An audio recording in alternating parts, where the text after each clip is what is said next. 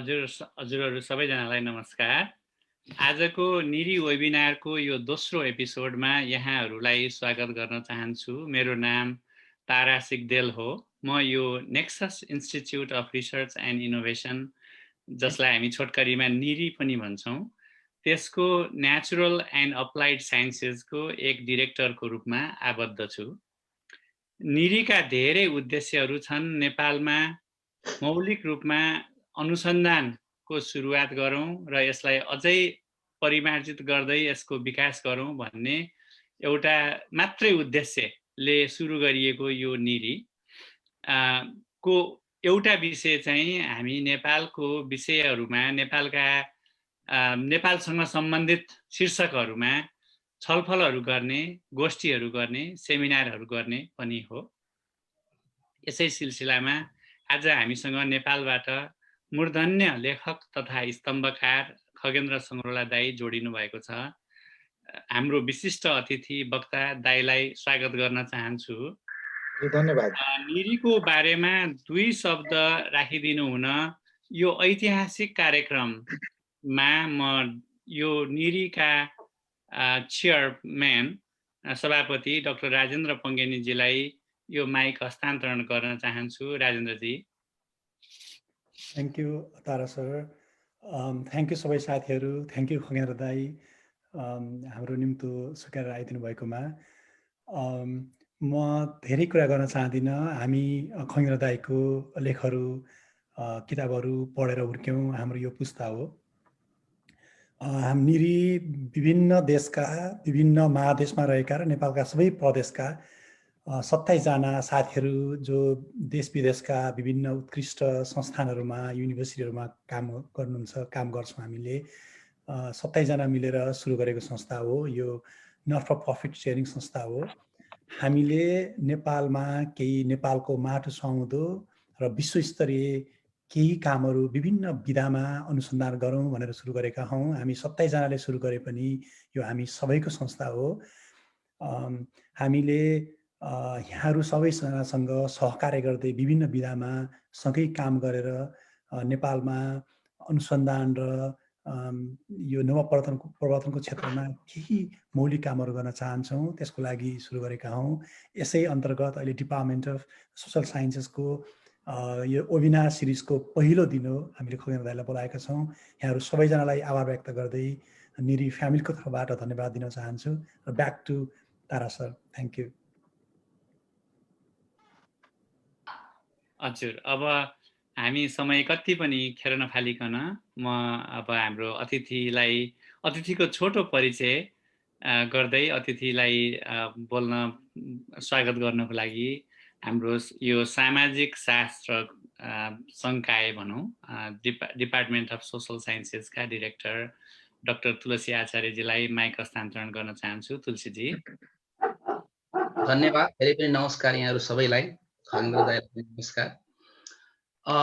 खगेन्द्र दाईको बारेमा मैले परिचय दिएँ भने त्यो सूर्यको अगाडि बत्ती ल्याए जस्तो हुन्छ। त्यो आफै खगेन्द्र दाई आफैमा एउटा चाहिँ ब्रान्ड भइसक्नु भएको छ।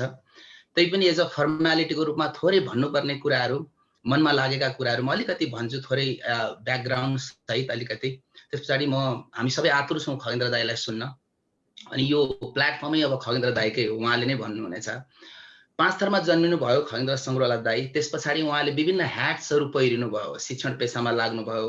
उहाँलाई हरेक किसिमले हामी चिन्छौँ। व्यङ्ग्यकार, साहित्यकार, लेखक, स्तम्भकार, अनुवादक, नागरिक अभियन्ता। अब यो सँगसँगै अरू जोडिने छन् भने उहाँले थप्नुहुने नै छ गरे। नत्र हामी यी मध्ये पनि अझ विशेषतः केले चाहिँ चिन्छौँ त भनेर हामीले एउटा मात्र शब्द खोज्ने भने के भन्ने पनि प्रश्न रहन सक्ला। त्यो पनि खगेन्द्र दाईकै जिम्मामा छोडिदिन्छु। त्यसलाई पछि आएर कुरा गरौँला समय भयो भने। अब पुस्तकहरू पनि उहाँले धेरै लेख्नु भएको छ। अब अनुवाद त्यति नै गर्नुभएको छ। उपन्यासहरू पनि लेख्नु भएको छ। अब त्यसैका लिस्टमा त धेरै लामो छ, तर नाम लिन अहिले 2-3टा लिइहाल्नु भन्दा कुनसाङ काकाका कथा भए, सम्झनाका कुइनेटाहरू, जुनकेरीको सङ्गीत, अनि त्यो सँगसँगै अहिले भर्खरै एउटा अनुवाद हो क्या सत्य र सत्ता भन्ने छ।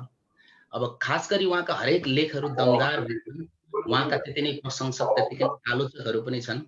विशेषतः एउटा लेख म अझै पनि सम्झिन्छु, जुन चाहिँ दरबार हत्याकाण्ड लगत्तै भतिज मलाई माफ गर भन्ने एउटा साहसिक लेख लेखेर उहाँले धेरै वाइवाई कमाउनु भएको थियो। तर त्यो सँगसँगै अहिले उहाँका प्रशंसक जति छन् त्यति नै आलोचकहरू पनि भएको देख्छौँ हामी। र अहिले हामी सोसल मिडिया विशेष गरी ट्विटरमा हेऱ्यौँ भने हामी उहाँका प्रशंसक आलोचकहरू देख्न सक्छौँ। र उहाँका लेखहरूमा हामी सबैलाई थाहा छ सीमान्तकृतका आवाजहरू देख्छौँ, सडकका आवाज, सत्ताको आलोचना र लेख पढ्ने जति प्रशंसकहरू छन् त्यति नै हामी भेट्छौँ आलोचकहरू पनि। र उहाँका लेख पढ्ने मान्छेहरूको संख्या त्यति नै बढेको पनि देख्छौँ हामी। एकचोटि मलाई थाहा छ 2005 सालतिर हो क्यार म नेपाल प्रेस इन्स्टिट्युटमा पत्रकारिता पढ्दाखेरि नारायण वाग्ले दाई आउनु भएको थियो गेस्ट क्लास लिन।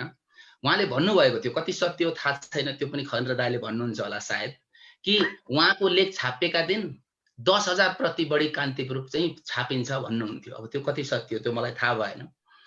तर मानिस उहाँ जति विनम्र हुनुहुन्छ, जति सरस सलिल हुनुहुन्छ, त्यति नै उहाँको लेख बागी लाग्छ, घरिघरि क्लिष्ट पनि लाग्छ पहिलोचोटि उहाँका लेखहरूलाई नपढ्ने मान्छेहरूका लागि। त्यसमा किन त्यस्तो हुन्छ भन्ने कुरा उहाँले प्राय भन्ने गर्नुहुन्छ कि यो चाहिँ सडक जनताको आवाज हो, सडकको आवाज हो, त्यो आवाजमा त्यस्तै हुन्छ भन्नुहुन्छ। खैर जे होस् त्यो पछाडि आउला त्यो कुरा। र उहाँका लेखहरूमा अलिकति म इन्टरटेनमेन्ट पनि पाउने गर्छु। तर उहाँको लेख यति प्रभावकारी हुनु पछाडि के छ त? यसमा विषयवस्तु बढी गहन हुनुपर्छ कि शब्द छनौट हुनुपर्छ कि यो भाषा या आवाज पो हो कि यसको बनोट स्ट्रक्चर हो? कुन एलिमेन्टले उहाँको लेखमा यति शक्ति दिन्छ, यति प्रभावकारी बन्छ? यी सबै चाहिन्छ। यसको बारेमा पनि समय रह्यो भने थोरै छलफल गरौँला। र त्यो सँगसँगै एउटा सोसल साइन्सको पर्सपेक्टिभबाट आखिर विचार के रहेछ त? ज्ञान रहेछ कि विज्ञान रहेछ? यो विचार कहाँबाट आउँछ खगेन्द्र दाईलाई, हैन? यसको बारेमा पनि थोरै छलफल गरौँ समय रह्यो भने पछाडिको कुरा त चाहिँ। र यति प्रशंसा गरिसकेपछि थोरै अलिकति आलोचनाको कुरालाई पनि सन्दर्भलाई मलाई अलिकति कोट्याउन मन लाग्यो कि यो भर्खरै एउटा शिलापत्रमा लेखेको छापिएको लेख रहेछ। मैले अघि फ्याक्ट एउटा देखेँ, शिलापत्र पल्टाउँदै जाँदा खगेन्द्र दाईको लेख देखेँ। त्यो चाहिँ टिप्पणी स्पष्टीकरण रहेछ। त्यो चाहिँ अनि पछि स्पष्टीकरण केलाई दिएको रहेछ त भन्दाखेरि अनि त्यो लेख पढ्न म बाध्य भएँ। त्यसमा उहाँले एउटा के मेन्सन गर्नु भएको रहेछ भने विदेशमा बसेका स्वदेशप्रतिको मायामा रुनेहरूलाई एउटा विरोधाभास भन्नुभएको रहेछ। तर मैले चाहिँ भने त्यसको प्रशंसा गरेँ।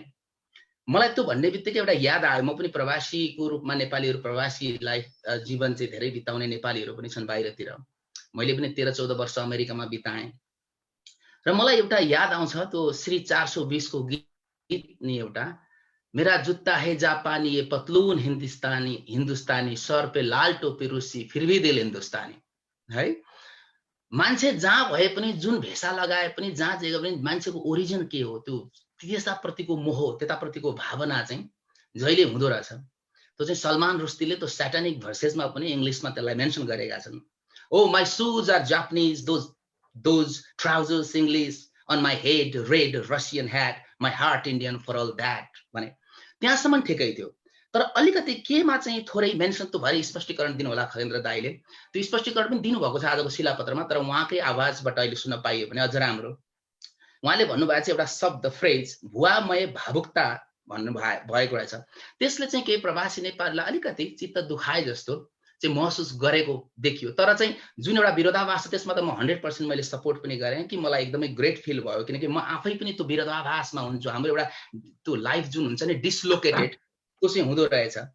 खैर जे होस्, आज हामी हाम्रो यसमा हार्डकोर पोलिटिक्समा जाँदैनौँ, किनकि समाजलाई कहिलेकाहीँ राजनीतिले पनि अलिकति गाइड गरेको त हुन्छ नै। तर हार्डकोर पोलिटिक्समा नगएर आज मात्र हामी खगेन्द्र दाईलाई सुन्न चाहन्छौँ। उहाँ 5 थरमा जन्मिएर उहाँको हुर्काइदेखि अहिलेसम्मको जीवन अनुभव, सङ्घर्ष, जीवन सम्बन्ध र समाज हुँदै लेखनसम्मको यात्रा र चुनौती र त्यसपछि अबको बाटो, सरसर्ती हामी दाईलाई एकदमै श्रवण गर्न चाहन्छौँ र त्यस पछाडि समय रहेमा ती अरू कुराहरू हामी गर्ने नै छौँ। र अब म यो प्लेटफर्म, यो माइक दाईलाई हस्तान्तरण गर्छु र हामी सबै सुन्न चाहन्छौँ। धन्यवाद। अच्छा, मेरो पर्दामा अनुहारहरू हरायो, के भयो होला? हामीले देखिरहेका छौँ। देख्नु भएको छ है? मैले चाहिँ देखेको छु। कसो होला? हजुर, हामीले देखेका छौँ। देख्नु भएको छ है? हजुरको स्क्रिनमा अहिले के आएको छ भन्नु त? मेरोमा माथि के रिड द रिपोर्ट भन्यो, zoom a leader in the 2020। त्यसलाई मिनिमाइज गरिदिनु त, त्यसलाई त्यो स्क्रिनलाई मिनिमाइज गरिदिन मिल्छ भने क्लोज नगरिदिनु होला, त्यसलाई तल सारिदिनु भयो भने त्यो स्क्रिन त्यही छ होला। तलबाट पनि देखाएन। देखाएन। त्यसपछि तल जानुभयो भने त्यो एउटा क्यामेरा, त्यो निलो चारकुने निलोमा एउटा क्यामेरा, त्यो भिडियो क्यामेरा जस्तो देखेको सेतोमा भिडियो क्यामेरा देखेको छ, त्यसलाई क्लिक गर्नु त। अच्छा ल, मैले तपाईँलाई देखेँ, गजब देखेँ ल। अब हामीले पनि हजुरलाई देखेको छौँ। हजुर, भनेपछि मैले अब थाल्नु पर्यो होइन? हजुर। ल साथीहरू जो जहाँ हुनुहुन्छ, नमस्कार, अभिवादन। वास्तवमा म त यति धेरै सार्वजनिक भएँ कि मेरो बारेमा मेरो पाठकहरूले जिज्ञासा राख्नुपर्ने या मैले भन्नुपर्ने कुरै केही बाँकी छैन। र मेरो आफ्नो कृतिको बारेमा पनि अब तपाईँहरूको अहिले चर्चा सुन्दाखेरि मेरो आधारभूत रचनाहरू पढि नै सकेको, त्यसको बारे पनि केही भन्नु परेन। तैपनि एउटा औपचारिकताको रूपमा मलाई तुलसीजीले चाहिँ तपाईँको अब व्यक्तिगत जीवन, एउटा उद्भव, हुर्काई, शिक्षादेखि लिएर साहित्यमा संलग्नता, साहित्यका ओराली उकाली, साहित्यिक मान्यता आदि बारेमा केही बोल्दै हुन्थ्यो भन्नुभएको थियो। म त्यहीँबाट सुरु गर्छु। मेरो जन्म 2003 सालमा भएको पाँचथर सुबाङ भन्ने गाउँमा। त्यो बेलाको पाँचथर सुबाङ भनेको त अहिलेको काठमाडौँबाट धेरै नै दुर्गम हो। त्यहाँबाट काठमाडौँ आउनलाई 2-3 महिना कति लाग्थ्यो भन्थे। झगडियाहरू आउँथे, झगडियाहरू जान्थे, कथाहरू लैजान्थे। संयोगवश मेरो बाल्यकालमा मेरो गाउँमा स्कुल खुल्यो, मिडल स्कुल। मेरो दाजुहरूले उहाँको समयमा स्कुल नखुलेको हुनाले उहाँले पढ्न पाउनु भएन। संयोगले मैले पढ्न पाएँ। त्यो बेला अब मैले पढ्ने अवसर किन पाएँ होला, म किन लेखक भएँ होला, यसका केही यो सामाजिक संरचनासँग सम्बद्ध केही गम्भीर कुराहरू छन्। म बाहुनको छोरो, मेरो बाबु ज्योतिष। मेरो बाले रामायण महाभारतका श्लोकहरू कण्ठ गर्नुभएको थियो। स्वर राम्रो थियो। रामायण महाभारतका श्लोकहरू राम्रो स्वरमा भन्नुहुन्थ्यो। एउटा पञ्चायन पूजा गर्नुहुन्थ्यो, शङ्ख घण्ट डमरू गीता पाठ, त्यस्तो कुरा। तर मेरो बाल्यकालमा पढ्नको निम्ति धेरै यो आधुनिक प्रकृतिका चिजहरू थिएनन्। महाभारतको शान्ति पर्व थियो। रामायण बाले कहाँबाट कसरी पढ्नुभयो त्यो मलाई थाहा छैन। त्यो बेलामा भूतप्रेतका कथाहरू थिए, बोक्सीका कथाहरू थिए। तिनै कथाहरू सुनिन्थे, तिनै कथाहरू भनिन्थे। र बनारसबाट छापिएका केही अलि मनोरञ्जन प्रधान रोमान्टिक किसिमका केही सामग्रीहरू थिए, जस्तो कि गुलबकावलीको कथा, तोता मैनाको कथा, प्रेम लहरीको कथा आदि इत्यादि। त्यो बाहेक पढ्नको निम्ति अलिकति आधुनिक प्रकृतिका कथाहरू केही पनि थिएन। मेरो निम्ति सबभन्दा ठुलो ज्ञानको भण्डार भनेको त परम्परागत कृषि हो। मैले कृषिका सबै कामहरू गरेँ, पशुपालनका सबै कामहरू गरेँ र मेरो बाल्यकाल त्यही नै। मेरो समयमा पाँचथर सुबाङबाट काठमाडौँसम्म पढ्न म बाहेक अरू धेरै मानिसहरू आइपुगेनन्। किन आइपुगेनन् होला? मेरो जन्मले जुन संरचनामा म जन्मेँ त्यसले मलाई मेरा केही एडभान्टेजहरू थिए। म एक बाहुनको छोरो थिएँ। एक काठमाडौँमा बाहुन क्षेत्रीहरूले शासन गर्थे। मेरै वंशले शासन नगरे पनि मेरो जातले शासन गर्थ्यो। राज्यको भाषा नेपाली भाषा थियो। राज्यको धर्म हिन्दू धर्म थियो र हिन्दू परिवारमा म जन्मेको थिएँ। यी सबै कुराले गर्दाखेरि मलाई अनुकूलता भयो। मेरा सबै पाठ्य पुस्तकहरू नेपालीमा थिए। भाषा बुझ्न मलाई कुनै कठिनाइ भएन। मेरा सहपाठी जो लिम्बू थिए अथवा जो केही कामी दमाई सार्कीहरू थिए, तिनको लागि त भाषाकै कठिनाइ थियो। म पास हुँदै गएँ, तिनीहरू फेल हुँदै गए। म विशेष प्रतिभा भएको कारणले ती भन्दा म त्यो अगाडि भएको मलाई लाग्दैन। सामान्यतः म मेहनती हुँ, म पठनमा रुचि राख्ने मेहनती हुँला। असामान्य प्रतिभा म होइन। तर मेरा यी विभिन्न जन्मको कारणले राज्य संरचना, त्यसको प्रकृति, त्यसको चरित्रसँग म जोडिएको हुनाले त्यसको स्वभाव त मलाई लाभ प्राप्त भयो र म त्यहाँबाट काठमाडौँ आएँ। काठमाडौँ मात्रै आइन, मैले त्रिचन्द्र कलेजमा बिए पढेँ। त्रिभुवन विश्वविद्यालयमा मैले अङ्ग्रेजी पढेँ। त्यो समयमा त्यो भेगका मानिसहरूको निम्ति यी असामान्य सुविधाका कुराहरू थिए। बाँकी म लेखक हुने कुरा पनि त्यस्तै हो। यदि मेरा समकालीन अरू विद्यार्थीहरूले अवसर पाएको भए म जसरी लेखक भएँ ती पनि लेखक हुन्थे होला। ती काठमाडौँ आइपुग्थे, विश्वविद्यालयमा पढ्थे, कालिदासदेखि शेक्सपियरसम्म तिनको चिनारी हुन्थ्यो।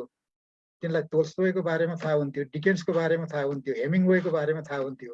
त्यसैले यी अवसरहरूको कारणले म यहाँ आइपुगेँ भन्ने मलाई लाग्छ। अरू कुनै तपाईँको एउटा विशेष प्रतिभा सम्पन्न व्यक्तिको कारणले भएको मलाई लाग्दैन। बाँकी तुलसीजीले मसँग कुरा गर्दाखेरि हामी अनुसन्धान कर्ममा संलग्न छौँ। कोहीले पिएचडी गरिसकेका छौँ, कोही पिएचडी गरिरहेका छौँ। तपाईँ आफ्नो लेखनमा अनुसन्धान कसरी गर्नुहुन्छ त्यो जान्नमा हाम्रो चाख छ भनेर मलाई भन्नुभएको थियो। धेरै समय अगाडि केही वर्ष मैले गोराहरूलाई नेपाली सिकाएँ। मेरो एउटा उन्नत स्तरको विद्यार्थी थियो जसलाई मैले गोर्खापत्र र मुनामदन पढाउँथेँ। केही समय उहाँले मेरा केही कथाहरू पनि मैले पढाएँ। एक दिन उहाँले सोध्नुभयो, तिमी यो लेख्दाखेरि अनुसन्धान कसरी गर्छौ? त्यो मैले अपेक्षा गरेको प्रश्न थिएन। तुलसीजीले त्यो भन्दा पनि मलाई ठ्याक्कै त्यो प्रश्नको याद आयो। वास्तवमा यो सृजनशील कर्म औपचारिक अनुसन्धानको माध्यमबाट विरलै हुन्छ भन्ने मलाई लाग्छ। जस्तो विश्व साहित्यका महानतम प्रतिभाहरू शेक्सपियर, कालिदास अथवा तोल्स्टोय अथवा यी जति प्रतिभाहरू थिए, उनीहरूले औपचारिक अनुसन्धानको माध्यमबाट जीवन यथार्थलाई बोध गरेर उनीहरूले लेखे भन्ने मलाई लाग्दैन। कतिपय लेखकहरूले अनुसन्धान गर्लान् पनि, अनुसन्धान गर्दाखेरि उनको त्यो विषयवस्तु सम्पन्न होला, विषयवस्तु गहन होला, सूक्ष्म होला, तीक्ष्ण होला। तर सामान्यतः साहित्य सृजना गर्दाखेरि औपचारिक अनुसन्धान गरिँदैन। अब्जर्भेसनबाट सबै कुरा आउँछ। लेखक समाजमा बस्छ, समाजका विभिन्न अङ्ग अवयवहरूसँग विभिन्न कारणले उसको सम्बन्ध हुन्छ। त्यो सम्बन्धको माध्यमले समाजबाट उसले सूचना प्राप्त गर्छ, संवेदना प्राप्त गर्छ, इतिहास पृष्ठभूमि सारा कुराहरू प्राप्त गर्छ। समाजका सम्बन्धहरूको बारेमा उसले केही न केही आकलन गर्छ, अवलोकन गर्छ, अवबोध प्राप्त गर्छ, र त्यसरी लेख्छ भन्ने मलाई लाग्छ। त्यसले अनुसन्धानमा मुख्यतः सूचना, तथ्य, तर्क, दृष्टान्त आदि आदिको महत्त्व हुन्छ। साहित्यमा कल्पना, स्वर कल्पना, बिम्ब, रूपक आदि कुराको महत्त्व हुन्छ। मैले आफ्नो जिन्दगीमा जति लेखेँ साहित्य, खालि एउटा जुनकिरीको सङ्गीत भन्ने उपन्यास लेख्दाखेरि पर्वतका दलितहरूको बस्तीमा म चाहिँ केही समय गएँ। तिनवटा कामी, दमाई, सार्कीका बस्तीहरूमा म 2-3 महिना गाउँमै बसेँ। अरू 2-3 महिनामा सदरमुकाम बसेँ। जुनकिरीको सङ्गीत चाहिँ दलित बस्तीको निकट अध्ययनबाट मैले लेखेको हुँ। तर नजिकबाट अध्ययन गर्दा पनि त्यसको लेखन चाहिँ आखिरी मूलतः कल्पना प्रधान नै हो, सपना प्रधान नै हो, भावना प्रधान नै हो। त्यसले मेरो अवलोकनको माध्यमबाट नै मैले सबै सृजना गर्ने गरेको छु। बाँकी म लेखकमा कसरी भएँ भन्ने कुरा मैले भने। त्यसमा सौभाग्यवश मैले आफ्नो जीवनमा साहित्यप्रति रुचि राख्ने, साहित्यमा दखल भएका, आफ्ना चेलाहरूलाई आफूले जानेका कुराहरू सिकाउने, प्रेमपूर्वक डोर्याउने केही गुरुहरू मैले पाएको थिएँ। पहिलो गुरु त मेरो बा नै हुनुहुन्थ्यो, जो ज्योतिषी हुनुहुन्थ्यो। दोस्रो भानुभक्त पोखरेल, वामदेव पहाडी, तारानाथ शर्मा, जसको नाम तपाईँहरूले पनि राम्रै सुन्नुभएको होला। उहाँहरू जस्तो विद्वानहरूलाई गुरुको रूपमा मैले पाएँ। भानुभक्त मलाई नेपाली पढाउनुहुन्थ्यो, वामदेव पहाडी अङ्ग्रेजी पढाउनुहुन्थ्यो, तारानाथ शर्माले 30 जना कलेजमा मलाई बिएमा अङ्ग्रेजी पढाउनु भयो। साहित्यमा रुचि भएका, साहित्यमा दखल भएका, साहित्यमा विख्याति समेत प्राप्त गरेका गुरुहरू मैले पाएको हुनाले ती गुरुहरूको प्रेमपूर्ण अनुरागले, प्रेमपूर्ण शिक्षाले साहित्यप्रतिको मेरो जागरुकता बढ्यो। पठनका स्रोतहरू के हुन्, राम्रो उन्नत प्रकृतिको साहित्य के हो, साहित्यको स्रोतको बारेमा मलाई जानकारी भयो र त्यसबाट म चाहिँ साहित्यमा मेरो रुचि बढ्दै गएर म साहित्य लेख्दै गएँ। प्रारम्भदेखि अहिलेसम्म सामाजिक यथार्थको कुरा गर्दाखेरि तीन मेरो गाउँको तीन जना महिलाको मलाई सम्झना भइरहन्छ। एकजना जाने दमिनी भन्ने हुनुहुन्थ्यो, एकजना झिल्की लिम्बुनी हुनुहुन्थ्यो र एकजना घारे सम्धिनी हुनुहुन्थ्यो। म चाहिँ मेरो बाको सम्धिनी। दमिनी भन्ने बित्तिकै हिन्दू वर्ण व्यवस्थाको नारकीय पिँधमा रहेको एउटा गरिब भइहाल्यो। समाजमा त्यसको अवस्थाको बारेमा मैले केही भन्नु परेन। झिल्की दमिनी थिइन्, दमाई झिल्की दमिनी झिल्की लिम्बुनी थिइन्, अब उनी उनी यौवन कालमा झिल्की भएकोले उनको नाम झिल्की रहेको होला। उनी यति गरिब थिइन् कि बाहुनहरूकोमा बनी गर्ने, बाहुनहरूकोमा कोदालो खन्ने, गोदालो खन्ने, मल बोक्ने उनको जीवन वृत्ति थियो। र घारे भन्ने एकजना बाहुनी थिइन् जो विधवा थिइन्। विधवा भएको कारणले तिनलाई बोक्सीको बात लगाइन्थ्यो। मैले उल्लेख गरेका तीनटै महिला हिन्दू वर्ण व्यवस्था अन्तर्गतको नारकीय पिँधमा रहेका सबैभन्दा दुखीहरू थिए। कि उत्पीडित थिए, कि वञ्चित थिए, कि अपमानित थिए। तल्लो जात भएको कारणले, गरिब भएको कारणले, विधवा भएको कारणले समाजले तिनलाई बोक्सीको बात लगाउँथ्यो। मैले समाज चाहिँ यो तीनजना व्यक्तिहरूबाट नै सिकेँ भन्ने मलाई लाग्छ। मेरो समाजको संरचना कस्तो छ, त्यो संरचनाको सबभन्दा तल्लो तहमा रहेका बहुसंख्यक मानिसहरूको अवस्था के छ, तिनको आर्थिक अवस्था, तिनको नैतिक अवस्था, तिनको बौद्धिक अवस्था, समग्र समाजमा तिनको प्रतिष्ठाको अवस्था के छ। मेरा अधिकांश कृतिहरूमा तिनीहरूलाई विभिन्न कोणबाट मैले लेखेको छु। जुनकीरीको सङ्गीतसम्म आइपुग्दा पनि मैले आफ्नो बाल्यकालमा देखेका, चिनेका, सुनेका, सङ्गत भएका जे जति मानिसहरूका सुख दुःख मैले अवलोकन गरेँ, ग्रहण गरेँ। जिन्दगीभरि स्मृतिको रूपमा तिनीहरू रहिरहे। मैले कुनै पनि चिज लेखेको बेलामा कुनै पनि कोणबाट मेरो साहित्यमा तिनीहरू आइ नै रहे। अब साहित्य लेख्ने भनेपछि हामी त विभाजित समाजमा छौँ। समाजमा तपाईँको अब शासक छ, शासित छ, शोषक छ, शोषित छ, उत्पीडक अल्पसङ्ख्यक समुदाय छ, उत्पीडित व्यापक जनसमुदाय छ, धनीहरू छन्, गरिबहरू छन्, ठग्ने र ठगिनेहरू छन्, हेप्ने र हेपिनेहरू छन्। त्यो विभाजित समाजमा तपाईँले लेख्ने चाहिँ के हो? त्यो लेखकले रोज्ने एउटा चुनौतीपूर्ण विषय हो। हामी सामान्यतः सत्यको कुरा गर्छौँ, न्यायको कुरा गर्छौँ। साहित्यमा सत्यम शिवम सुन्दरम भनिन्छ, तर विभाजित समाजमा साझा सत्य भन्ने हुँदैन। विभाजित समाजमा साझा न्याय भन्ने पनि हुँदैन, साझा कल्याण भन्ने पनि हुँदैन। सत्यहरू विभाजित हुन्छ। बलियाको सत्य एउटा हुन्छ, कमजोरको सत्य अर्को हुन्छ, शासकको सत्य एउटा हुन्छ, शासितको सत्य अर्को हुन्छ, उच्च जातको सत्य एउटा हुन्छ, निम्न जातको सत्य अर्कै हुन्छ, पुरुषको सत्य एउटा हुन्छ, महिलाको सत्य अर्कै हुन्छ। त्यसैले स्वार्थमा बाँडिएको समाजमा सत्य पृथक भएको हुनाले लेखकले सत्य रोज्नु आवश्यक हुन्छ। यसरी रोज्दाखेरि पहिला त अब सामान्यतः चल्तीको भाषामा तपाईँ कन्फर्मिस्ट हुनुहुन्छ कि रिबेल हुनुहुन्छ? सामाजिक संरचना जस्तो छ, सामाजिक संरचनामा जो जहाँ छ, सुखी दुखी, धनी गरिब, सम्पन्न विपन्न, शासक शासित, त्यो मध्येमा तपाईँ दुवैको प्रिय हुन सक्नुहुन्न। हवार्डजिनले भने दगुरिरहेको रेलमा कोही पनि न्युट्रल हुन सक्दैन। You cannot be neutral on a moving train भनेको छ। त्यो भनिएको के होला भने समाज कुनै एउटा दिशामा गइरहेको हुन्छ।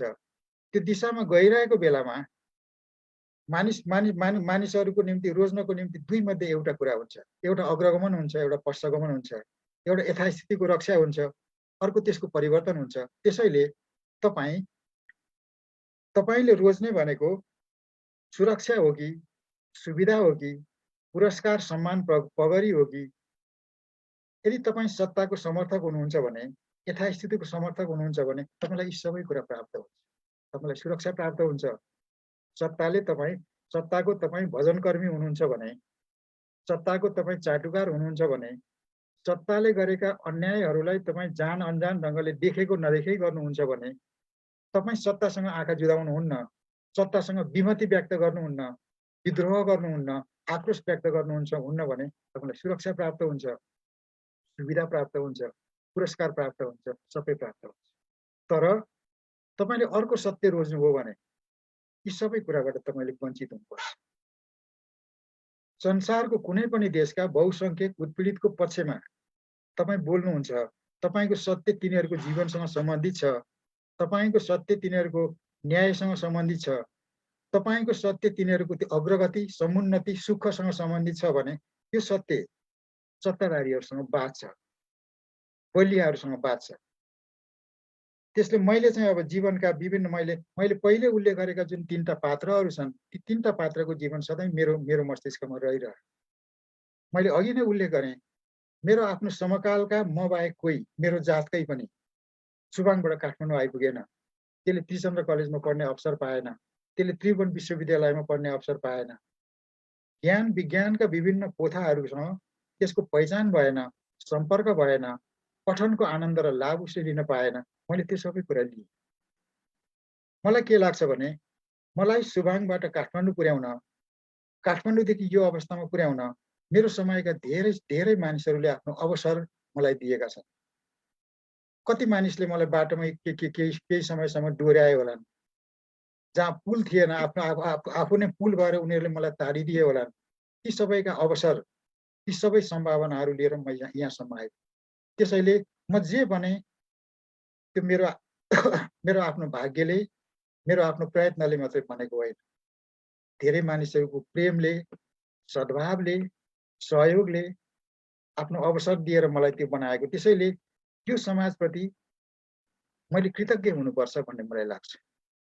मैले जीवनमा लेखनमा मैले जोखिम रोजेँ, मैले असुरक्षा रोजेँ, असुविधा रोजेँ। लेखनको कारणले पक्राउ पर्ने सम्भावना मैले रोजेँ, मैले जेल रोजेँ। सम्भवतः मैले त मारिने सम्भावना र जोखिमलाई पनि मैले रोजेँ। त्यो सबै मैले किन गरेँ? यो समाजले मलाई जहाँसम्म पुर्यायो त्यसको निम्ति यो समाजप्रति म कृतज्ञ छु।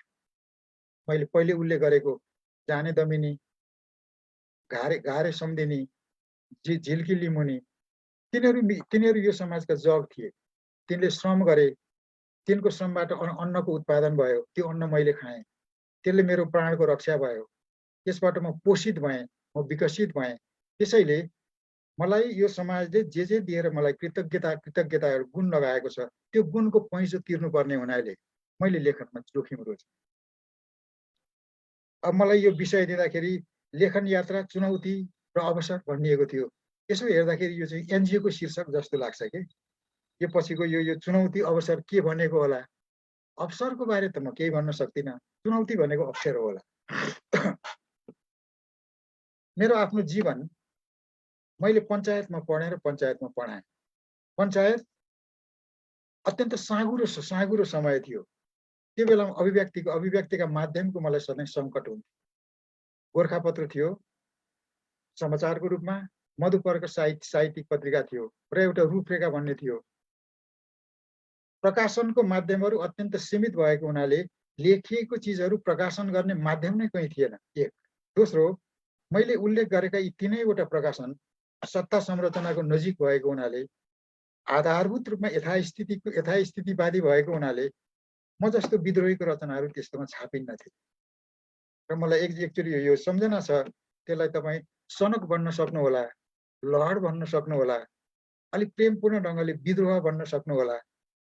प्रकाशनको निम्ति माध्यम केही नभएपछि म र केही साथीहरूले मिलेर मेरा केही कविताहरू काठमाडौँका भित्तामा गोबरले टाँस्यौँ। तपाईँले धेरै ठाउँ सुन्नुभएको होला। संसारका सबै भित्ताहरू गरिबहरूको भाग्य लेख्ने ठाउँहरू हुन्। तानाशाहले अथवा निरङ्कुश तत्त्वहरूले जब अभिव्यक्तिका सबै नाकाहरू बन्द गर्छ, तपाईँको निम्ति बाँकी के रहन्छ? रुखका फेदहरू बाँकी रहलान् र भित्ताहरू रहन्छ। लामो समय म शिक्षक भएँ। एउटा पेसाको रूपमा मैले चाहिँ शिक्षक काम गरेँ। मैले लमजुङमा पढाएँ, तनहुँमा पढाएँ, चितवनमा पढाएँ, हाई स्कुलमा पढाएँ, कलेजमा पढाएँ। त्यो पञ्चायत काल थियो। त्यो पञ्चायत कालभरि मलाई अभिव्यक्तिको सङ्कट थियो। म चाहिँ अलिकति विद्रोही बाटोमा लागेको हुनाले वामपन्थसँग मेरो सम्पर्क भयो, वामपन्थप्रति मेरो अलिकति लगाव भयो र समाज परिवर्तनको निम्ति कम्युनिस्ट अथवा काङ्ग्रेस जसले ठाउँ ठाउँमा प्रयत्न गर्थे, म जुन ठाउँमा थिएँ म तिनलाई सहयोग पुर्याउँ। औपचारिक रूपमा व्यावहारिक राजनीतिमा म संलग्न त भएन, किनभने म हाई स्कुलको हेडमास्टर थिएँ। मेरो आफ्नो पदको दायित्वले र त्यसको संहिताले नै खुला रूपमा राजनीति गर्न मलाई अवसर दिँदैनथ्यो। तथापि सत्ताले मलाई सधैँ के हेर्थ्यो भने यो जुन ठाउँमा जान्छ त्यहाँ यसले विद्रोह पैदा गर्छ, जबकि मैले केही पनि खास गरिरहेको थिइनँ। 3-4 पटक प्रशासनले मेरा पुस्तकहरू जफत गर्यो र कहिले पनि फर्काएन। र शिक्षक भएको बेलामा मैले मेरो जीवन चाहिँ अत्यन्त विसङ्गतिपूर्ण लाग्छ मलाई। म दिनभरि राजाको स्तुति गान गर्ने पाठ्यक्रम पढाउँथेँ। King Mahendra brings his country to light भन्ने एउटा थियो। त्यसमा चाहिँ राजा महेन्द्र यस्तो देवदूत हो जो जहाँ जान्छ त्यहाँ गरिबहरूको निम्ति सुन फल्छ, सुख फल्छ टाइपको थियो। म दिनभरि त्यो पढाउँथेँ। आफैले त्यसरी पढाएका विद्यार्थीहरूलाई राति खोलाको किनारमा, मसान घाटमा, कहीँ जङ्गलको छेउमा म तपाईँको अब राजद्रोही कुरा पढाउँथेँ। यो व्यवस्था गलत छ, राजतन्त्र गलत छ। राजा जन्मको कारणले, जातको कारणले, धर्मको कारणले शासक बन्छ। शासक त चुनिएको हुनुपर्छ। समाजका प्रबुद्ध नागरिकहरूले आफूमाथि शासन गर्ने शासकलाई उसले चुन्ने अधिकार हुनुपर्छ। आफूले चुनिएकोलाई पुरस्कृत गर्ने, दण्डित गर्ने अधिकार पनि उसलाई हुनुपर्छ। म मेरो विद्यार्थीहरूलाई त्यो सिकाउँथेँ। अनि मेरो तपाईँको आफ्नै जीवनका दुईटा रूपहरू थिए। दिउँसो म राजाको मास्टर थिएँ, राति म तपाईँको राजद्रोहीको रूपमा प्रोपोगेन्डा विद्यार्थीहरूलाई पढाउँथेँ। त्यस्तो धेरै समय चल्यो। चाखलाग्दो कुरा के छ भने बन्दीपुरमा भएको बेलामा मैले एउटा सानो नाटक, एउटा गीति नाटक टाइपको मैले देखाएँ। त्यो थियो जोबनको देउरालीमा भन्ने थियो। अब अहिले त पानी चल्ने र पानी नचल्नेको बिचमा पनि अहिले त सामान्यतः प्रेम सम्बन्ध हुने, बिहाबारी हुने प्रचलन अलिकति बढेको छ। पहिलेभन्दा समाज पहिलेभन्दा अलिकति भए पनि उदार भएको छ। त्यो बेलामा ब्राह्मण र क्षेत्रीको बिचमा सम्बन्ध हुनु पनि समाजको निम्ति स्वीकार्य थिएन, समाजको निम्ति ठुलो आपत्ति थियो। मैले आफ्नो नाटकमा एउटा बाहुन र नेवारको सम्बन्ध, बाहुन केटो, बाहुनको छोरी र नेवार केटोको बिचमा सम्बन्ध भएको नाटक मैले बनाएँ जोबनको देउरालीमा। त्यो नाटक हेर्नको निम्ति सदरमुकामबाट सिडिओ आएका थिए, पिडिओ आएका थिए, न्यायाधीश पनि आएका थिए। त्यसमा केही कुरा थिएन, राज्य व्यवस्थासँग सम्बन्धित कुनै कुरा, कुनै सङ्केतको रूपमा पनि थिएन। सामाजिक संरचनालाई अन्य ढङ्गले त्यसमा तपाईँको स्पर्श गरिएको पनि थिएन। सामान्य दुईटाको प्रेम थियो र त्यो प्रेम चाहिँ वियोगमा पुगेर टुङ्गिन्थ्यो। त्यसको अन्तिम भएर पुरानो बाटो पहिरो गयो, नयाँ बाटो बन्न बाँकी छ, मैले भने त्यति थियो। एउटा प्रतीकात्मक रूपमा त्यो के भनिएको थियो भने समाजमा मान्छे मान्छेको बिचमा जातपातका पर्खालहरू छ, छुनु हुने र छुनु नहुने, ठुलो जात र सानो जात, पवित्र र अपवित्र, यी निषेधका जुन पर्खालहरू छन्, यी केही पर्खालहरू त तोडिए तैपनि बाटो बनेको छैन। त्यसलाई के अर्थ लगाइयो भने पुरानो बाटो पहिरो गयो, नयाँ बाटो बन्न बाँकी छ भनेपछि यो पहिरो गएको चाहिँ राजतन्त्र हो भन्ने अर्थ लगाइयो। मलाई सिडिओ कहाँ डाकियो, त्यो नाटक हेरियो। धन्न अब त्यो प्रशासकको कृपाले अथवा मेरो भाग्यले भनौँ, जागिरै त खाएनन्, मलाई तारिख दिएर हैरान गरे। यस्ता धेरै कथाहरू छ। त्यसले तपाईँ कुनै पनि समाजमा, आदिम समाजमा अथवा सामन्तवादमा अथवा पुँजीवादमा जब व्यापक जनताको सत्य र न्यायको पक्षमा उभिनुहुन्छ, तपाईँले धेरै किसिमको हन्डर ठक्कर खानुपर्छ। त्यो हन्डर ठक्कर तपाईँले आफूले रोजेका, आफूले आमन्त्रण गरेका कुराहरू। मैले ती सबै कुरालाई, त्यसको परिणाम जान्दै पनि मैले ती सबै कुरालाई आमन्त्रण गरेँ। कतिपटक बेपत्ताको स्थितिमा पनि भएँ। तत्संयोगले म चाहिँ धेरै चर्कोसँग कुटाइ पनि कहिले खाइनँ। मारिएको भए त तपाईँहरूसँग यसरी म कुरा गर्ने अवसरै पाउने। बाँकी म चाहिँ अब यो लेखन सामान्यतः एकान्त कोठामा गरिन्छ, पढ्ने काम एकान्त कोठामा गरिन्छ, चिन्तन एकान्त कोठामा गरिन्छ, लेख्ने काम एकान्त कोठामा गरिन्छ। तर समाजमा जब जनताले समान अधिकारको दाबी गर्छ अथवा जनताले लडेर प्राप्त गरेका अधिकारहरू जब सङ्कटमा पर्छन्, त्यस्तो बेलामा मेरो विचारमा लेखक सडकमा जानुपर्छ। यद्यपि एउटा मत के छ भने लेखकको काम त एकान्तमा बसेर चिन्तन गर्ने, सृजना गर्ने हो, साहित्यलाई घिसारेर सडकमा लानु हुँदैन भन्ने मत पनि छ। तर मेरो मत त्योभन्दा अलिकति फरक छ। यस अर्थमा म चाहिँ अलिकता हवार्ड जिनको प्रवृत्तिसँग मेरो प्रवृत्ति मिल्छ। हवार्ड जिन उत्पीडितहरूको अधिकारको पक्षमा सडकमा तपाईँको जुलुस निस्कँदाखेरि उनी जिन्दगीमा हरेक पटक जहाँ सम्भव थियो उनी सडकमै गए। उत्पीडितहरूको अधिकारको पक्षमा उनी सधैँ उभिरहे। तिनको समान अधिकार, तिनको समृद्धि, तिनको अस्मिताको रक्षा, तिनको उत्थानको पक्षमा लडे। र फ्रान्समा तपाईँको यो जहाँ-पाल सार्त्रले पनि जिन्दगीमा त्यही गरे। अत्यन्त बुढेसकालसम्म पनि उनले त्यो कुरा गरिरहे। र म चाहिँ अलिकति अभियन्ता पनि हो, लेखक मात्र होइन। त्यसले म चाहिँ अब शिक्षक भएकै बेलामा पनि आफ्नो जागिरलाई जोखिममा राखेर म सडकमा आन्दोलनमा जान्थेँ, विद्यार्थीको बिचमा, पहाड मधेसमा त्यो घुमेँ। र अहिले पनि म नागरिक आन्दोलनमा धेरै अथवा थोरै संलग्न छु। अब यति भनिसकेपछि अब मेरो मोटामोटी अब हुर्काई अथवा मेरो मेरो मेरो जीवन वृत्ति अथवा मैले गरेका कुराहरू यति नै हुन्। मैले मौलिक रचना गरेँ। सुरुमा मैले कथाबाट लेख्न सुरु गरेँ, पछि मैले निबन्ध पनि लेखेँ। कथाको संरचनाभित्र मैले भन्न चाहेका सबै कुराहरू भन्न नसक्दा त्योभन्दा बाहिर अलिकति निर्बन्ध रूपमा स्वच्छन्द रूपमा भन्नको निम्ति मैले निबन्ध लेखेँ। अखबारी गर्जनलाई म त्यति धेरै महत्त्व दिन्न। अखबारी स्तम्भ भनेको त्यो त एउटा दैनिक कर्म हो। आज लेखिन्छ, भोलि पढिन्छ, भोलि घाम अस्ता हुँदा बिर्सिन्छ। म त्यसलाई महत्त्व दिन्न। यद्यपि त्यो क्षणमा त्यसको निश्चित रूपमै महत्त्व होला। यसरी मैले के भने म विशिष्ट प्रतिभा म होइन। विशिष्ट प्रतिभा भएको कारणले मैले जे जति लेखेँ त्यो लेखा होइन। म मेहनती त ठिकै मेहनती हो, किनभने मैले अब अनुवादमै 30-34 वटा किताब त मैले अनुवाद गरेँ। मेरो मौलिक रचनाहरू नै 12-14 वटा भएका छन्। त्यसले म चाहिँ अब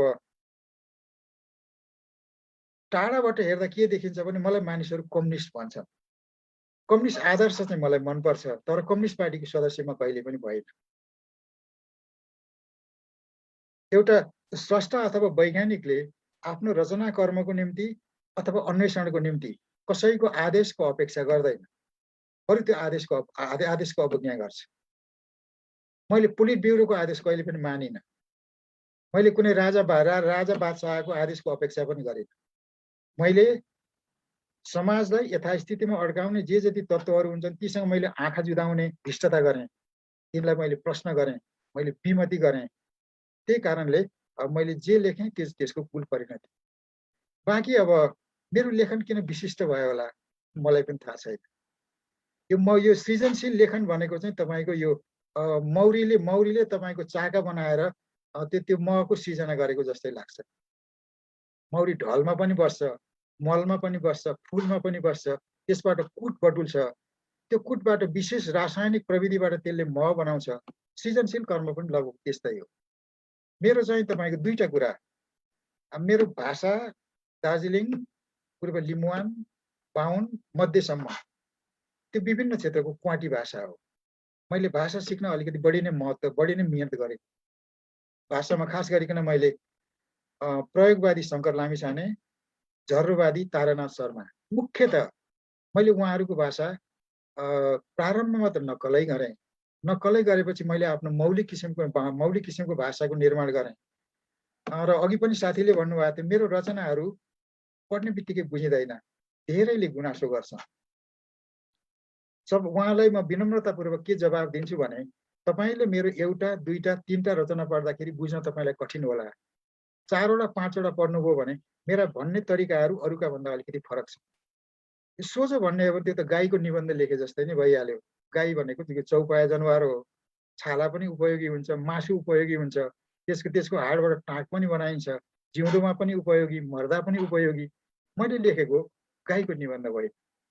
जीवन जटिल भएको हुनाले साहित्यमा त्यो जीवनलाई प्रतिबिम्बित गर्दाखेरि त्यसका अवश्य जटिलताहरू हुन्छन्। तर मेरा रचनाहरू क्रमशः पढ्दै गएपछि शब्दसँग परिचय हुन्छ, वाक्य रचनासँग परिचय हुन्छ, प्रतीक बिम्बसँग परिचय हुन्छ।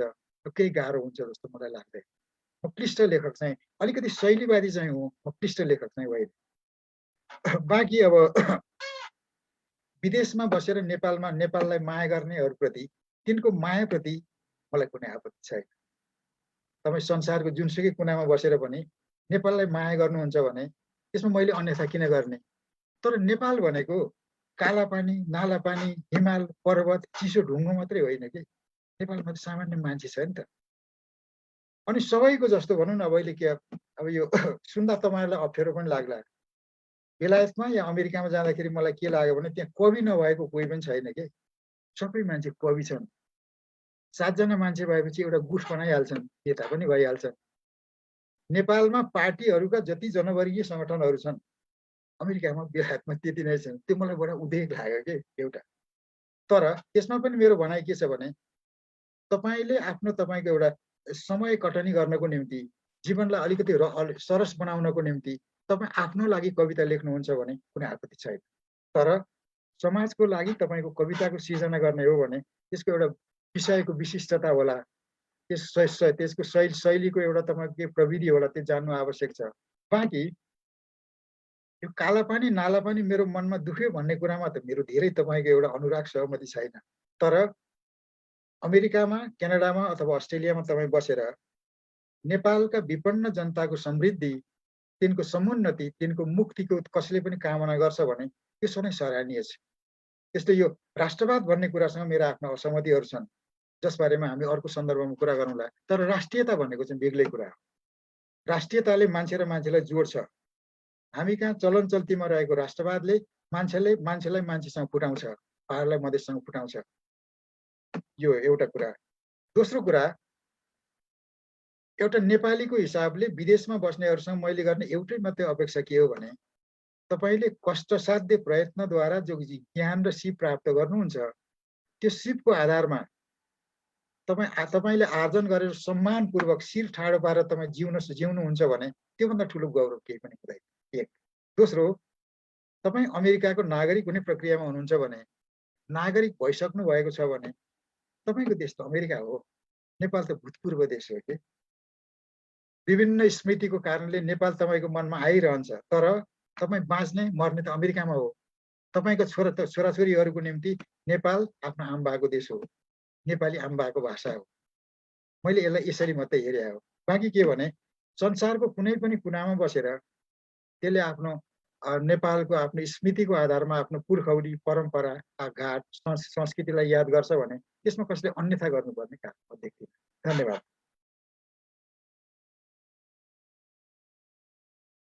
अब मैले सिध्याएँ।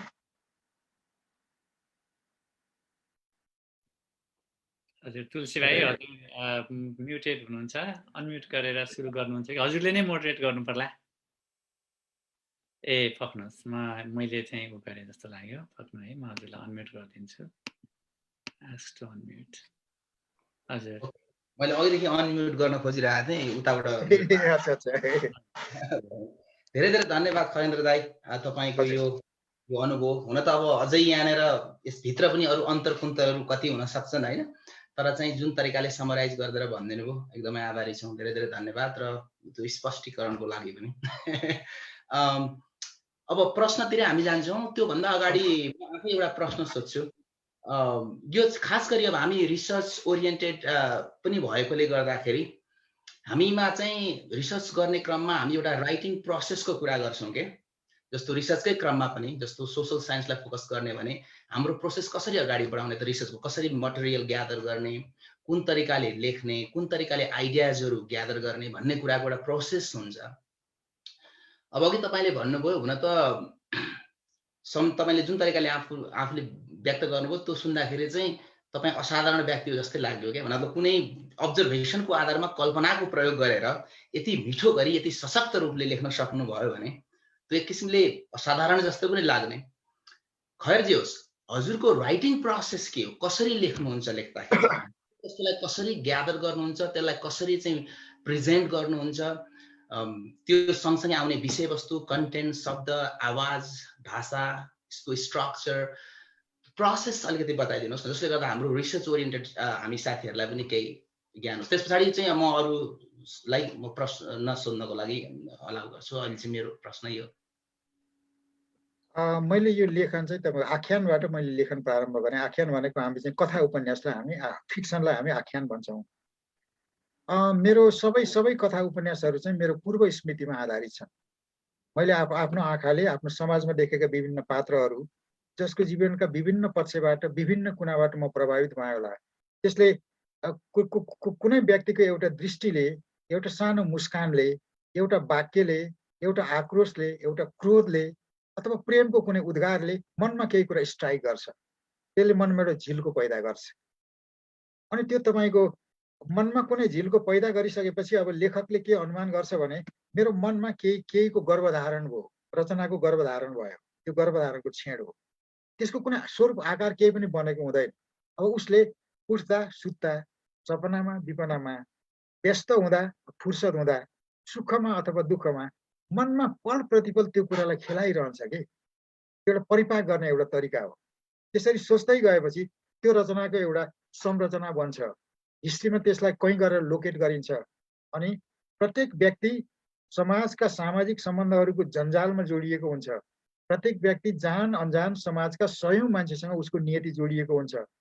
उसले जे खान्छ त्यो कसले उत्पादन गर्छ, उसले जे लाउँछ त्यो कसले बुनेको हुन्छ, उसलाई प्रेम गर्ने कोही हुन्छ, उसलाई प्रेम घृणा गर्ने कोही हुन्छ, प्रेमको कारण हुन्छ, घृणाको कारण हुन्छ। यो सबै कुरालाई लामो समयसम्म मन्थन गरिसकेपछि मनमा त्यसले त्यो रचनाले एउटा स्वरूप ग्रहण गर्छ। त्यसको वरिपरि पात्रहरू हुन्छन्। विभाजित समाजमा ती पात्रहरूका बीचमा विभिन्न द्वन्द्वहरूको सिर्जना हुन्छ र त्यसले एउटा सम्बन्धको निर्माण हुन्छ। वास्तवमा फिक्सन लेख्ने भनेको त सामाजिक सम्बन्ध देखाउने कुरा नै हो।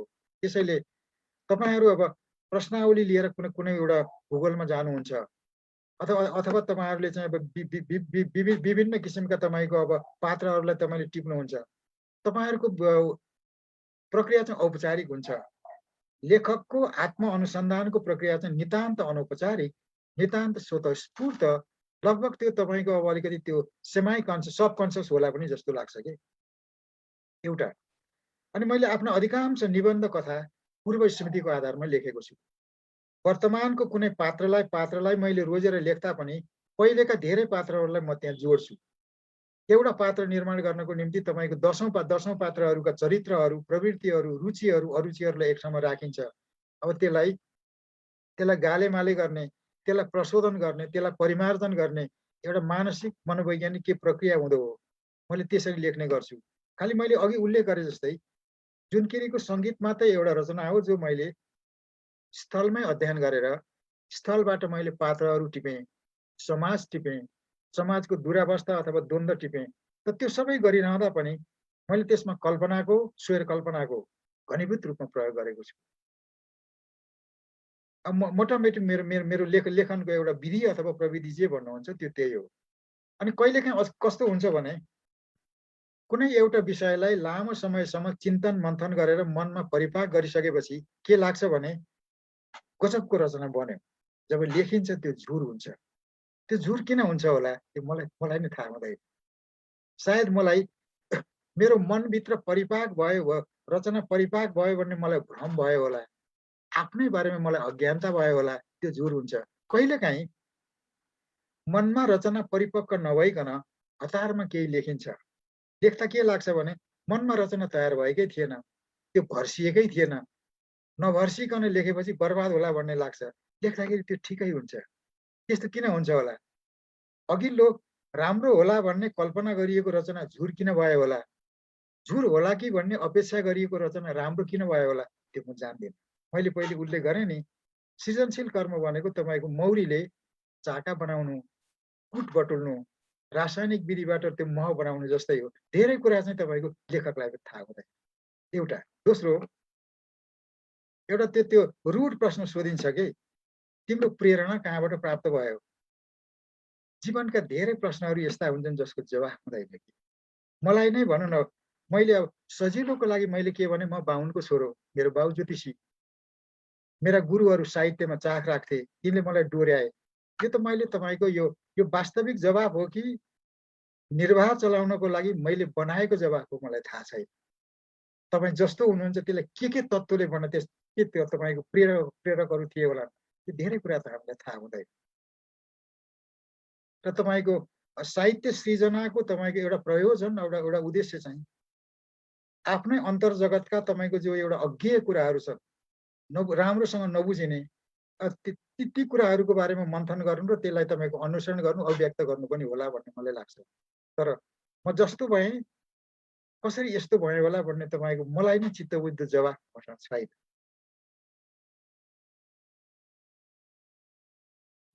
हजुर।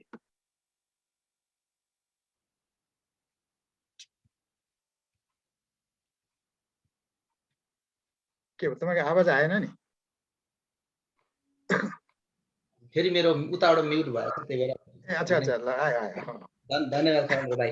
अब म क्वेसन्स प्रश्नहरूको लागि फ्लोर ओपन छ। हजुरलाई प्रश्नहरू भए खरेन्द्र दाइलाई सोध्न सक्नुहुन्छ। हाम्रो डाक्टर हेमराजजीले उठाउँदै हुनुहुन्छ जस्तो लाग्यो हात। हजुर।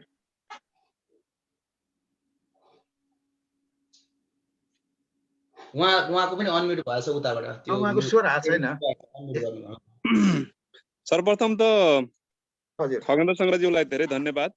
हजुर धन्यवाद, यो नमस्कार। हाम्रो चाहिँ अब यहाँ घाम लागिरहेको छ, म घाममा बसिरहेको छु, यहाँ चाहिँ त्यस्तै अँध्यारोमा हुनुहुन्छ, मतलब त्यस्तो चाहिँ संयोजन एउटा जुमले गरायो, त्यसको लागि धन्यवाद। अब मैले सिधै प्रश्नमा प्रवेश गर्छु। यहाँको जब त्यो दरबार हत्याकाण्ड पछाडि दिपेन्द्र भतेज, दिपेन्द्र मलाई माफ गरिदेऊ भन्ने कुरा आयो, त्यसमा एक किसिमको आगोको झिल्का पाउँछु मैले, सबैले पाउनुहुन्छ होला सायद। त्यो समाजको प्रतिबिम्ब यहाँले जुन गर्नुभएको थियो त्यो अहिलेको साहित्यमा देख्नुहुन्छ कि देख्नुहुन्न, त्यो एउटा मेरो प्रश्न। त्यसैसँग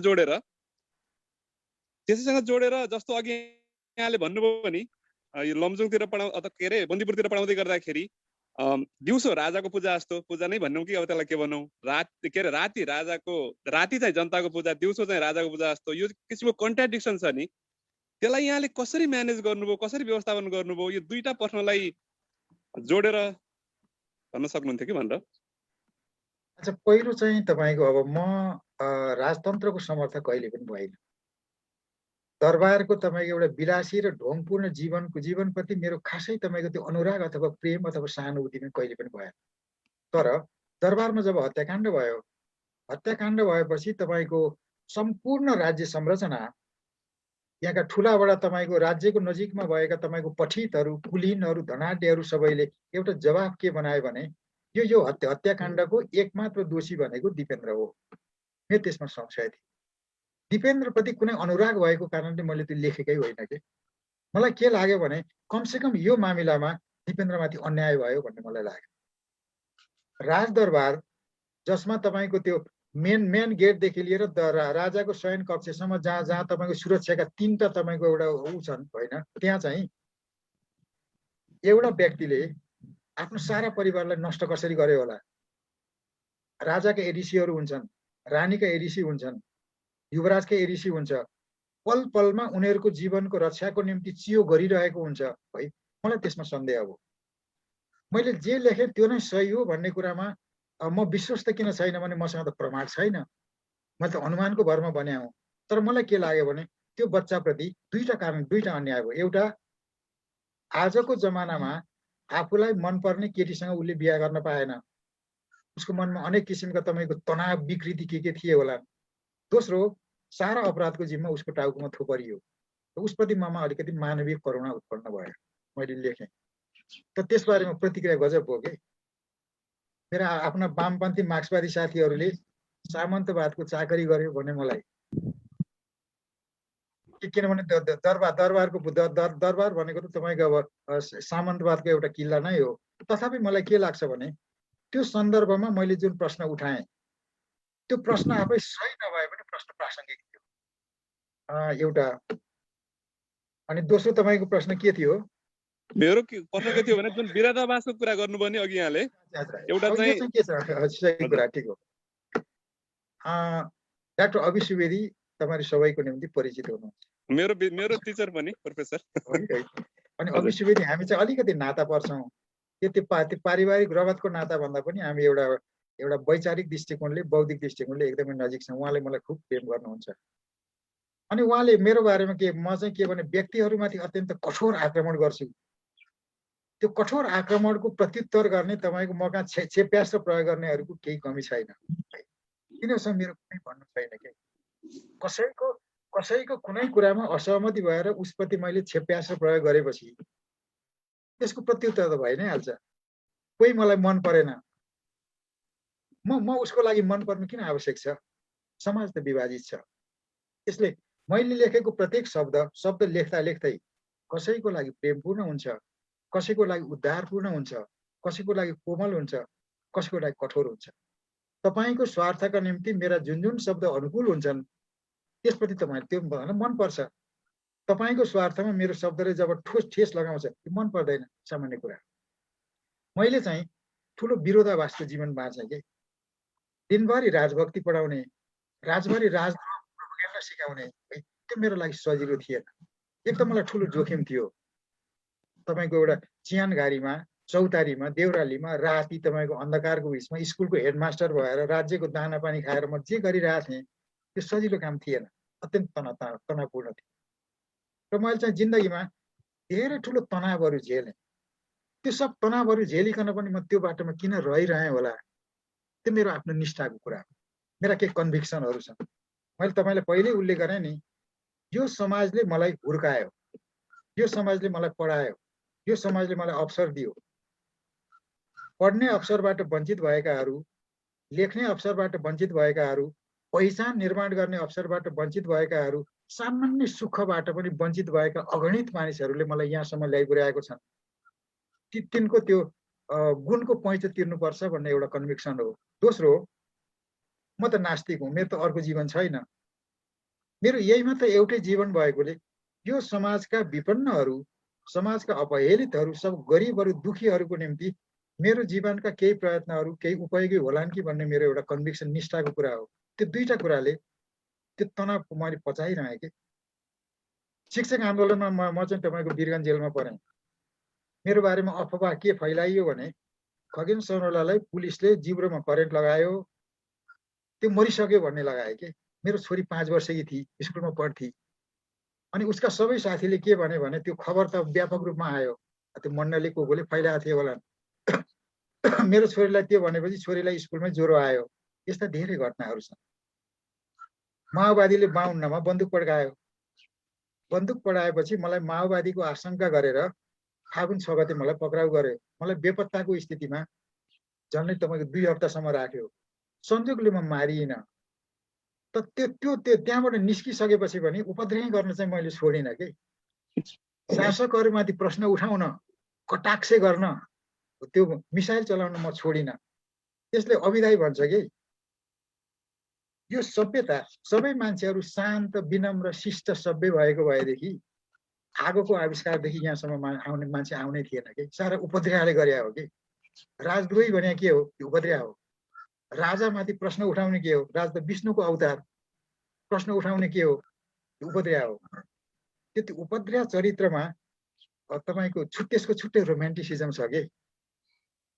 अनि लेखनमा तनाव मात्रै हुँदैन कि। कहिलेकाहीँ जस्तो भनौँ न, अब तपाईँहरू यतिजना तपाईँको अब विद्वानहरूले अमेरिकादेखि कहाँदेखिसम्म मलाई किन सम्झनु होला? मैले के असल काम गरेरै सम्झायो हो नि त।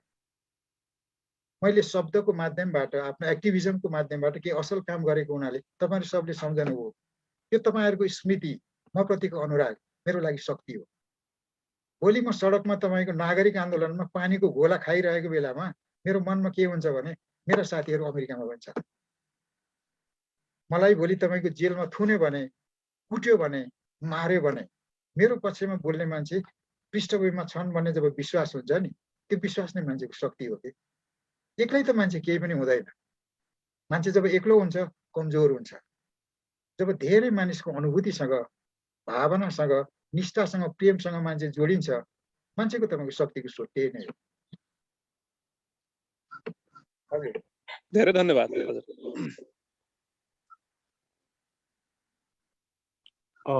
मेरो प्रश्न छ है, यसपछि राख्न मिल्छ? हजुर, खगेन्द्र सङ्ग्रौलाजी, तपाईँ मेरो एकदमै चाहिँ आदर्श नै हो प्रगतिशील लेखनको, होइन? म तपाईँको लेखहरू सधैँ पढिरहेकै हुन्छु। अब आजकल सामाजिक सञ्जालको माध्यमले झनै अब त्यो सबै हेरिरहेकै हुन्छु, तपाईँको स्ट्याटसहरू दिनहुँ। मलाई तपाईँको एक दुईवटा प्रश्न छ। अघि तपाईँले भन्नुभयो एउटा त यथास्थितिवादी हुन्छन्, अर्को प्रगतिशील हुन्छन्, होइन? अब तपाईँ प्रगतिशील पर्नुभयो। यथास्थितिवादीले सधैँ पनि त्यो एक्जिस्टिङ चाहिँ तपाईँको सत्ताबाट केही न केही चाहिँ पाइरहन्छ उनीहरूले, होइन? अब हामी तपाईँले भने जस्तै ठेट शैलीमा भन्नुपर्दा मासु भात झोल झोल भन्छौँ नि त हामी, आजकल नेपालमा चर्चा हुन्छ, त्यो पाइरहन्छन्, होइन? मलाई चाहिँ यसो गहन रूपमा कहिले सोच्दाखेरि के देख्छु भने खगेन्द्रजी, अब तपाईँको कोही चाहिँ हाम्रो आफ्नो आफ्नो क्षमता अनुसार भनौँ न, कोही चाहिँ झोल भातमै पनि बिक्छौँ हामी। तर कोही चाहिँ तपाईँले भने जस्तो चुप्प लागेर बसिदिन्छन् कि उनीहरू झोल भातमा बिकेका त होइनन्, तर राम्रो खालको कबाब पाइन्छ कि कतैबाट भनेर चाहिँ चुप लागिदिन्छन् कि, मौनता साधिदिन्छन् कि। एकदम थाहा छ उनीहरूलाई यो एकदमै गलत हो, तर पनि बोल्दैनन्, होइन? तर तपाईँले त अघि तपाईँले राजतन्त्रको भन्नुभयो, तब त्यसपछि माओवाद, तपाईँको त जीवनलाई खतरा हुँदा पनि तपाईँलाई चाहिँ के कुराले चाहिँ कन्स्टेन्ट इन्सपायर गर्छ? किनकि तपाईँले अरू राज्य सत्ताबाट राजाको अलिकति गुणगान गाइदिया भए, चौतारीमा राजा भेटिए भनिदिया भए त तपाईँ पनि के थाहा धेरै माथि पुग्नुहुन्थ्यो होला सत्ताको हिसाबमा, होइन? तर तपाईँलाई के कुराले ड्राइभ गर्छ त त्यो सबै कुरा डिनाइ हुँदा हुँदै र तपाईँमाथि आक्रमण हुँदै? एउटा पाटो त्यो। अर्को एउटा चाहिँ आजकल यो सामाजिक सञ्जालमा भनौँ न, हुन त यो गोएबल शैली त तपाईँको हिटलरले नै सुरु गरेका हुन्। अहिले अब तपाईँको अमेरिकादेखि इन्डियादेखि सबैतिर यो फेक न्युज हुने, एउटा आइटी सेल साइबर सेना जस्तो क्रिएट गर्ने अनि त्यसपछि सही कुरा बोल्नेको माथि आक्रमण गर्ने होइन। तपाईँको सामाजिक सञ्जाल हेऱ्यो भने कागदाजै अरिङ्गाल वीर नेपालीको छोरा भन्ने नाममा होइन फेक आइडीहरू बनाएर तपाईँलाई दिनौँ गाली गर्छन्। त्यस्तोहरूले चाहिँ तपाईँलाई कतिको असर पार्छ? यो सबैको यो दुईटा पार्ट हो, केले तपाईँलाई इन्सपायर गर्छ र त्यस्ताहरूलाई चाहिँ त्यस्ताहरूको त्यो आक्षेपलाई कसरी ह्यान्डल गर्नुहुन्छ तपाईँ होइन? हजुर मैले तपाईँको यो मलाई प्रेरित गर्ने चाहिँ मूलतः दुईटा कुरा छन्। एउटा मैले पहिले नै उल्लेख गरेको, मैले बाल्यकालदेखि नै तपाईँको मेरो जीवन परिवेशको सेरोफेरोमा असमानता देखेँ, विभेद देखेँ। धेरै मानिसहरू जसले यो समाज र सभ्यता बनाए र यो समाज र सभ्यतालाई जसले जिउँदो राखेका छन् तिनीहरू सबै सुविधाबाट वञ्चित छन्। तिनीहरू तपाईँको भोगको शिकार भएका छन्, रोगको शिकार भएका छन्, अज्ञानताको शिकार भएका छन्। त्यसले ती मानिसहरूप्रतिको मेरो एउटा समभाव अथवा अनुराग जे छ अथवा कृतज्ञताको भाव छ, एउटा प्रेरणा स्रोत थियो। दोस्रो तपाईँको मेरो जीवनका धेरै संशयपूर्ण अलमलपूर्ण प्रश्नहरूको जवाब मैले मार्क्सवादबाट प्राप्त गरेँ। मलाई तपाईँको अब नास्तिकता या भौतिकता मैले मार्क्सवादबाट प्राप्त गरेको हो। समग्र तपाईँको यो सभ्यताको निर्माता भनेको श्रम हो। श्रम व्यक्तिले गर्छ, व्यक्तिले पसिना बगाउँछ। त्यसैले श्रमप्रतिको मेरो निष्ठा र जीवन परिवर्तनशील छ, प्रकृति परिवर्तनशील छ, समाज परिवर्तनशील छ र मान्छेको जीवन भनेको क्षणभङ्गुर हो। व्यापक समाजको आयु त धेरै लामो हुन्छ, व्यक्तिको आयु धेरै लामो हुँदैन। त्यसैले एकपटक पाइएको जीवनलाई सत्कर्मको निम्ति उपयोग गर्न पाए हुन्थ्यो भन्ने मेरो तपाईँको जो एउटा आन्तरिक आग्रह छ, त्यो आग्रह पनि मेरो प्रेरणाको एउटा स्रोत हो।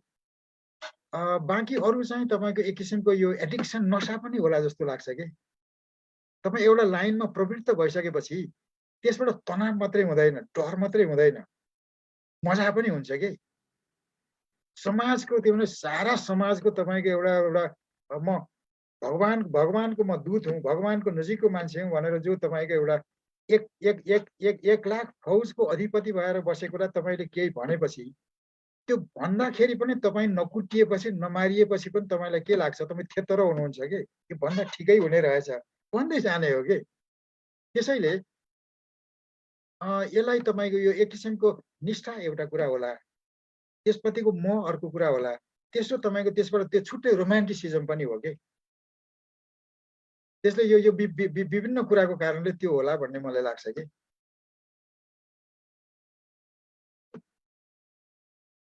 तपाईँको अर्को प्रश्न पनि थियो कि?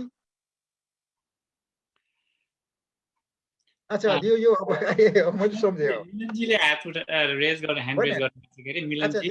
अनि मैले अलिकति टुङ्ग्याएँ। एक समय थियो जब मलाई के लाग्थ्यो भने संसारमा सबैले मलाई तारिफै मात्रै गरिदियो, जबकि म चाहिँ थुप्रैको म त निन्दा नै गर्दै हिँडेको थिएँ।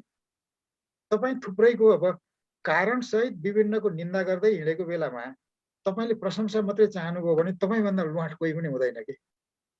त्यसैले तपाईँ कसैको निन्दा कसैको तपाईँको चरित्र, प्रवृत्ति, स्वार्थ, अहङ्कारसँग असहमत भएर तपाईँले टिप्पणी गर्नुभयो, व्यङ्ग्य गर्नुभयो, कटाक्ष गर्नुभयो अथवा निन्दै गर्नुभयो भने त्यसको स्वभाव त जवाब आउँछ।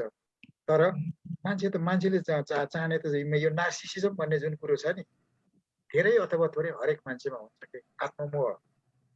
मलाई सबैले निष्कलङ्क देखिदियोस्, मलाई सबले ठुलै देखिदियोस् चाहना हुन्छ, ममा पनि थियो। तर पछि तपाईँको व्यापक समाजसँग अन्तर्क्रिया गर्दै गएपछि मलाई के थाहा भयो भने मेरो सत्य एउटा छ, अर्कोको सत्य बेग्लै छ। कसैको सत्यसँग मेरो सत्य जब टक्राउँछ उसलाई त्यो मन पराउँदैन, म फर्केर आउँछु। अनि मैले यो 14 मा सुरु गरेको सञ्जाल, अब यो सञ्जालप्रति मलाई खासै मोह थिएन कि। अनि बुढो हुँदै गयो यो त अल्छीको बसी बिहालो हो कि। फेसबुकमा लेख्ने, ट्विटरमा लेख्ने, घरिघरि पल्टाएर हेरिरहने, फलोवर कति भयो, ठोक्ने कति भयो, होइन? त्यो त अल्छीको काम हो कि। क्रिएटिभ मान्छे, उद्यमशील मान्छे, उमेरदार मान्छे त्यहाँ अल्मलिँदै रहे। म बुढो हुँदै गएपछि बसी बिहालोको रूपमा त्यो लिएँ।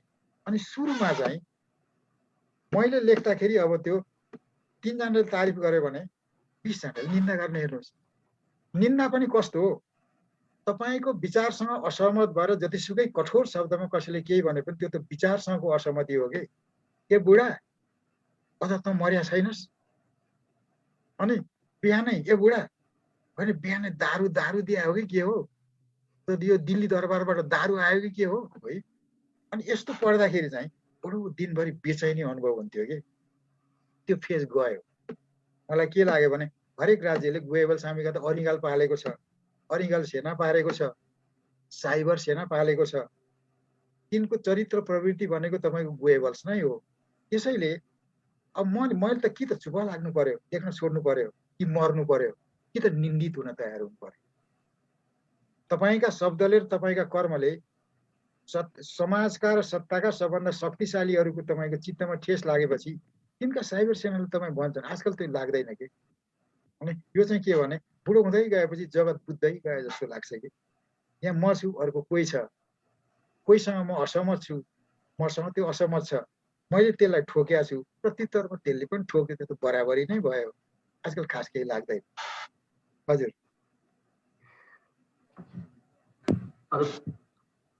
सर म एउटा प्रश्न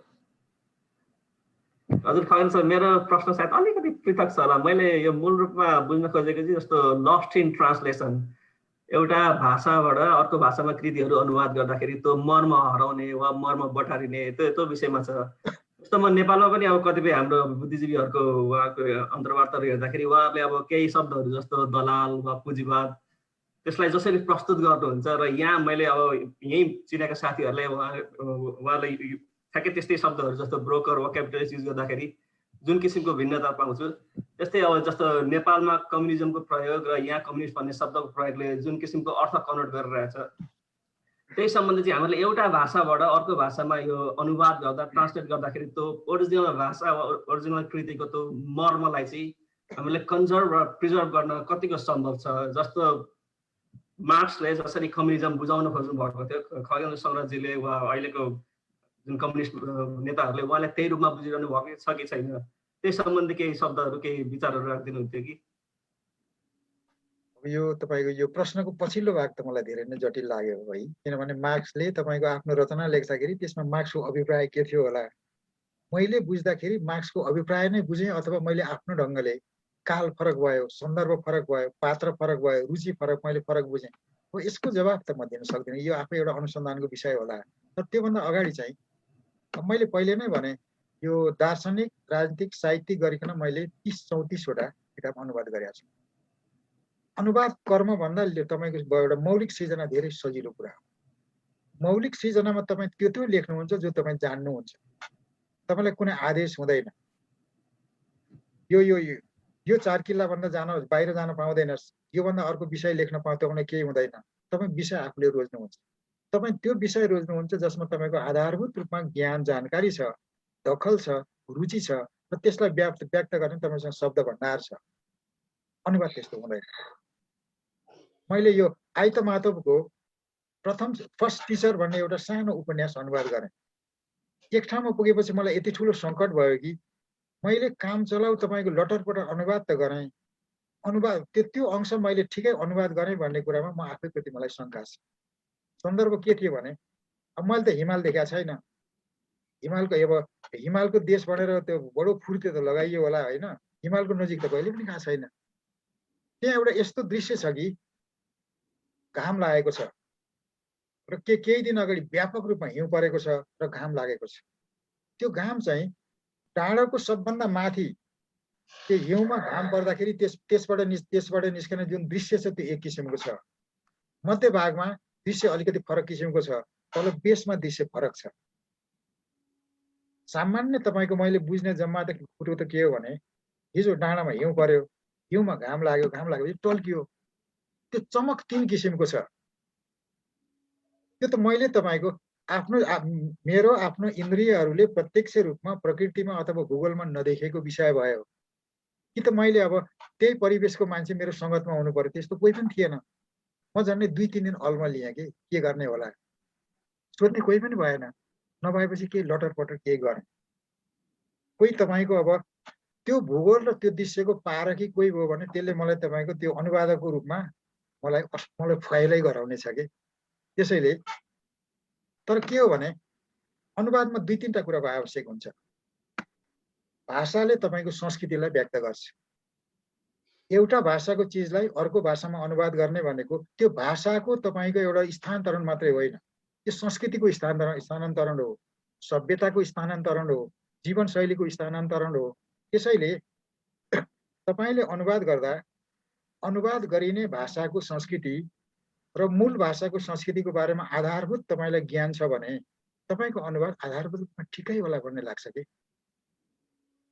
त्यो एक भाषाबाट अर्को भाषामा तपाईँको स्थानान्तरण अथवा रूपान्तरण गर्दाखेरि धेरै कुरा त बीचमा हराउँछ कि।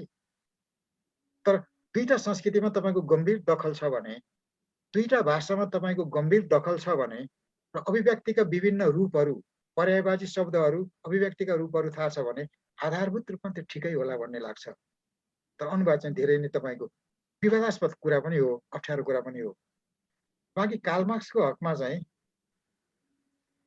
दर्शन राजनीतिमा प्रवेश गरेपछि कर्मकाण्ड हुँदो रहेछ कि। सोभियत सङ्घ किन पतन भयो, चीनको समाजवाद किन पतन भयो, उत्तर कोरियामा तपाईँको यो कम्युनिजमको नाममा, मार्क्सिजमको नाममा तपाईँको त्यो बडो त्यो फौजीवाद नादिसाई कहाँबाट आयो? त्यसले कार्ल मार्क्सले दर्शन लेखेका हुन्, राजनीति त गरे होइन। कार्ल मार्क्सको दर्शनलाई लेनिनले राजनीतिमा रूपान्तरण गर्दाखेरि दर्शनमा धेरै कुराहरू छुटे। अनि त्यो स्टालिनमा पुग्दाखेरि के भयो? त्यो त धर्म भयो कि। त्यसले दर्शन राजनीतिबाट राजनीतिमा तपाईँको प्रवेश गरेपछि, राज्य संरचनामा प्रवेश गरिसकेपछि, राज्य संयन्त्रको भाषामा त्यो परिणत भइसकेपछि त्यो त धर्म हुँदो रहेछ कि। त्यस्तो चाहिँ हुन्छ होइन। तर अब दर्शन त्यसको प्रतिपादकबाट अर्कोमा जाँदाखेरि आनका तानै फरक हुने हो भने त कम्युनिकेसनमाथि नै प्रश्न उठ्ने हो नि त। नित्सेको कुरा हामी त नित्सेको जस्तै नबुझौँला, तर आधारभूत रूपमा नित्सेकै जस्तो बुझ्छौँ होला। अथवा नम चम्स्कीको कुरा गर्नुहोस्, एडवर्ड सहिदको कुरा गर्नुहोस्, हवार्ड जिनकै कुरा गर्नुहोस्। त्यसैले मानिसमा तपाईँको कतिपय कमन ट्रेट्सहरू होलान् होइन। एउटा सोच्ने तरिकामा, ग्रहण गर्ने तरिकामा, अभिव्यक्त गर्ने तरिकामा समयको सन्दर्भ फरक हुँदै पनि, संस्कृतिको सन्दर्भ फरक हुँदै पनि मान्छेमा केही आधारभूत तत्त्वमा समानता भएको कारणले अनुवाद गर्न चाहिँ सकिएला। तर मूल जस्तै त्यस्तो हुँदैन। तर अनुवाद गर्ने हात चाहिँ गलत भयो भने अथवा त्यसलाई उपयोग गर्ने तपाईँको पात्र गलत भयो भने चाहिँ अब मार्क्सवादको नाममा के जन्मिन्छ? कमरेड हिटलर, कमरेड तपाईँको स्टालिन जन्मिन्छ? जन्मियो त नि। त्यो त विकार हो भन्छु म त कि। यो आइगयो, म ठ्याक्क थोरै अलिकति लागेको कन्सर्न भनिहाल्छु, त्यस पछाडि फेरि प्रश्न गर्नु होला। जस्तो अनुवादको सिलसिलामा अहिले जस्तो सरले यहाँ दाइले निकाल्नुभयो, जस्तो लस्ट इन ट्रान्सलेसन हुने कुराहरू त हुन्छ। मैले पनि एउटा सेक्सपियरका कथालाई अङ्ग्रेजीबाट नेपालीमा रूपान्तरण गरेको एउटा कृति छ भनौँ, त्यो यति टफ, यति च्यालेन्जिङ भयो मेरा लागि, अब म जिन्दगीमा ट्रान्सलेट गर्दिनँ नै भनेर बसेको छु एक किसिमले भन्ने हो भने। त्यो त्यति नै यदि सही ट्रान्सलेसन हुन सकेन भने, जस्तो ए टु जी एकदम कम्प्लिट ट्रान्सलेसन हुन त पोसिबल नै छैन नै भन्छु म। हामी जति सक्दो नजिकसम्म जाने हो, नजिकसम्म पुग्ने हो, तर सही ट्रान्सलेसन हुन सकेन भने त्यति नै खतरनाक पनि हुन्छ भन्ने लाग्छ मलाई। जस्तो अलिकति प्रसङ्ग यहाँ दाइले पनि निकाल्नु नै भयो। मैले भन्न खोजेको के हो भने, जस्तो बाहिरका मान्छेहरू, पश्चिमी सभ्यताका पश्चिमी मान्छेहरूले चाहिँ नेपालको कल्चर, जस्तो एडवर्ड सहिदले जुन कुरा गरेका छन्, पूर्वीय विषयवस्तुको ट्रान्सलेट गरे भने उनीहरूले आफ्नो अन्डरस्ट्यान्डिङमा, आफ्नो बुझाइमा त्यहाँको कल्चरलाई त्यही तरिकाले ट्रान्सलेट गर्छन्। हामीले बाहिरीलाई हाम्रो भाषामा ट्रान्सलेट गऱ्यौँ भने हामीले पनि हाम्रो बुझाइ अनुसार ट्रान्सलेट गरिरहेका हुन्छौँ। हाम्रो अपब्रिङ्गिङले हामीलाई हाम्रो अन्डरस्ट्यान्डिङलाई डिफाइन गरेको हुन्छ। यो सन्दर्भमा हामी अझ बढी हेजिमोनाइज हुने कतिको सम्भावना रहला? जस्तो बाहिरी मान्छेहरूले, पश्चिमाहरूले हाम्रो पूर्वीय सभ्यता, पूर्वीय कल्चरलाई ट्रान्सलेट गर्दाखेरि हामी अझ बढी हेजिमोनाइज हुने, हाम्रो कल्चरलाई फरक ढङ्गले प्रस्तुत गर्ने त्यस्ता च्यालेन्जेसहरू कतिको देख्नु भएको छ खगेन्द्र दाइले? त्यस्तो चुनौती सधैँ रहला भन्ने लाग्छ मलाई कि। अब यो अनुवादकै कुरा गर्ने हो भने कविताको अनुवाद चाहिँ लगभग असम्भव हो भन्ने मलाई लाग्छ कि। कविताको अनुवाद गर्ने साहस या दुस्साहस मैले कहिले पनि गर्न सकिनँ। यसै पनि म त कवि होइन। म आफ्नो लागि कविता राम्रै बुझ्छु। शेक्सपियरदेखि तपाईँको विटम्यानदेखि भुपी शेरचन देवकोटासम्म एउटा आफ्नो तपाईँको आस्वादको लागि, आफ्नो आनन्दको लागि म कविता बुझ्छु होला। तर मैले कुनै कविता पढेर त्यो कविताको बारेमा, त्यसको सौन्दर्यको बारेमा अरूलाई भन्न म जान्दिनँ। त्यसले कविता अनुवाद गर्ने चेष्टा मैले कहिले पनि गरिनँ। बाँकी तपाईँको दर्शन अथवा विचारधारा अथवा गद्यको अनुभव चाहिँ सम्भव छ। हामीले पहिले भने जस्तै तपाईँको त्यो दुईटा संस्कृतिमा आधारभूत रूपमा दखल छ भने गद्यको अनुभव चाहिँ त्यो मेहनतको आधारमा आधारभूत अनुवाद सम्भव छ। बाँकी तपाईँको अब पश्चिमाहरूले हाम्रो पूर्वीय वाङ्मय, पूर्वीय दर्शन या पूर्वीय सभ्यता अनुवाद गर्दाखेरि तिनले आफ्नो दृष्टिमा ढालेर जान अनजान आफ्नो स्वार्थ अनुकूल, संस्कृति अनुकूल, दृष्टि अनुकूल, आफ्नो एकाधिकार अनुकूल बनाउने सम्भावना कति हुन्छ? त्यो सम्भावना त सधैँ रहन्छ होला। किनभने मान्छे भनेको चाहिँ तपाईँको त्यो जतिसुकै निस्वार्थ तपाईँको निष्पक्ष हुन खोज्दा भने हरेक मान्छे आग्रही हुन्छ कि आग्रह बिनाको कोही पनि हुँदैन। हरेक मान्छेमा आग्रह हुन्छ। जब त्यो आग्रह हुने बित्तिकै अधीनस्थ समाजको र अधीनस्थ संस्कृतिको दर्शन अथवा केहीलाई आफ्नोमा ल्याउँदाखेरि त्यसलाई आफ्नो अनुकूलनमा ढाल्ने, विकृत बनाउने, त्यसको अर्थलाई कमजोर बनाउने त्यो सम्भावना त सधैँ रहन्छ होला। तर हामी त्यसमा गर्न त केही सक्दैनौँ। नेपालमा तपाईँको अब नेपालका संस्कृतका विद्वानहरूपछि संस्कृतका विद्वानहरू को भए? जर्मनहरू भए। तिनले तपाईँको अब यो हाम्रो पूर्वीय वाङ्मय वेद केलाई त्यहाँसम्म पुर्याए होइन। त्यसले जुन पुर्याउने जुन काम गरे हामीले गर्न नसक्ने काम तिनले गरे होइन। तिनको काममा केही सीमाहरू अथवा त्रुटिहरू हुँदै पनि हामीले तिनलाई तपाईँको पूर्ण रूपमा नकार्न पनि सक्दैनौँ। तर अनुवादमा विकृतिकरणको सम्भावना, अन्यथाको सम्भावना हुबहु त्यो एउटा मौलिकतालाई स्थानान्तरण गर्न नसक्ने सम्भावना चाहिँ रहन्छ होला जस्तो लाग्छ। जोखिमपूर्ण काम। हजुर, धन्यवाद दाइ। अब हामीसँग 12 मिनट छ जस्तो लाग्यो हाम्रो समय अवधि हेर्दाखेरि। अझै हामी एक दुईवटा प्रश्नहरू लिन सक्छौँ। यहाँहरूसँग प्रश्न भए सोध्नु होला खगेन्द्र दाइलाई। हजुर, हाम्रो एलबी बोराजीले हात उठाउनु भएको थियो अघि। अहिले चाहिँ उहाँ भिडियोबाट क्यामेराबाट जानु भएको छ। उहाँलाई सोधौँ। एलबीजी, हजुरले क्वेसन थियो भने हजुरले सोध्न सक्नुहुन्छ। अनम्युट गर्नु होला।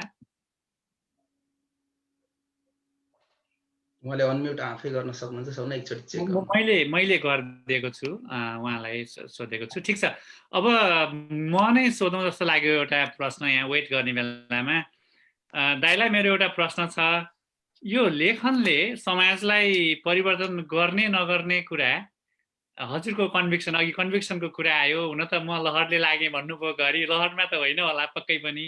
त्यो भित्रको चाहिँ ड्राइभ, त्यो हजुरको इन्स्टिङ्क्टले नै लाग्नु भएको छ।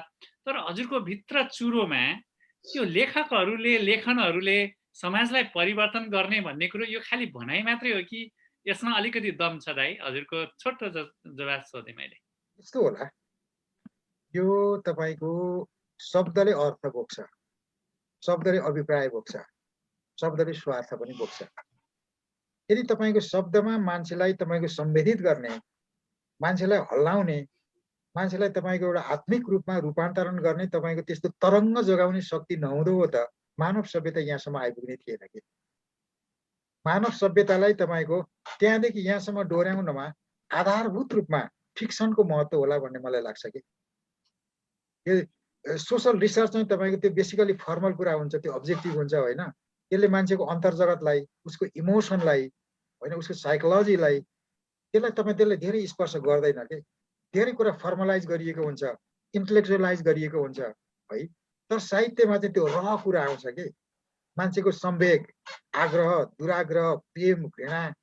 त्यसले चाहिँ तपाईँको बृहत्तर समाजको जटिलता बुझाउने आधारभूत कुरा त फिक्सन नै हो कि। शेक्सपियरको कुरा गर्ने हो भने ड्रामा पोएट्री हो होइन।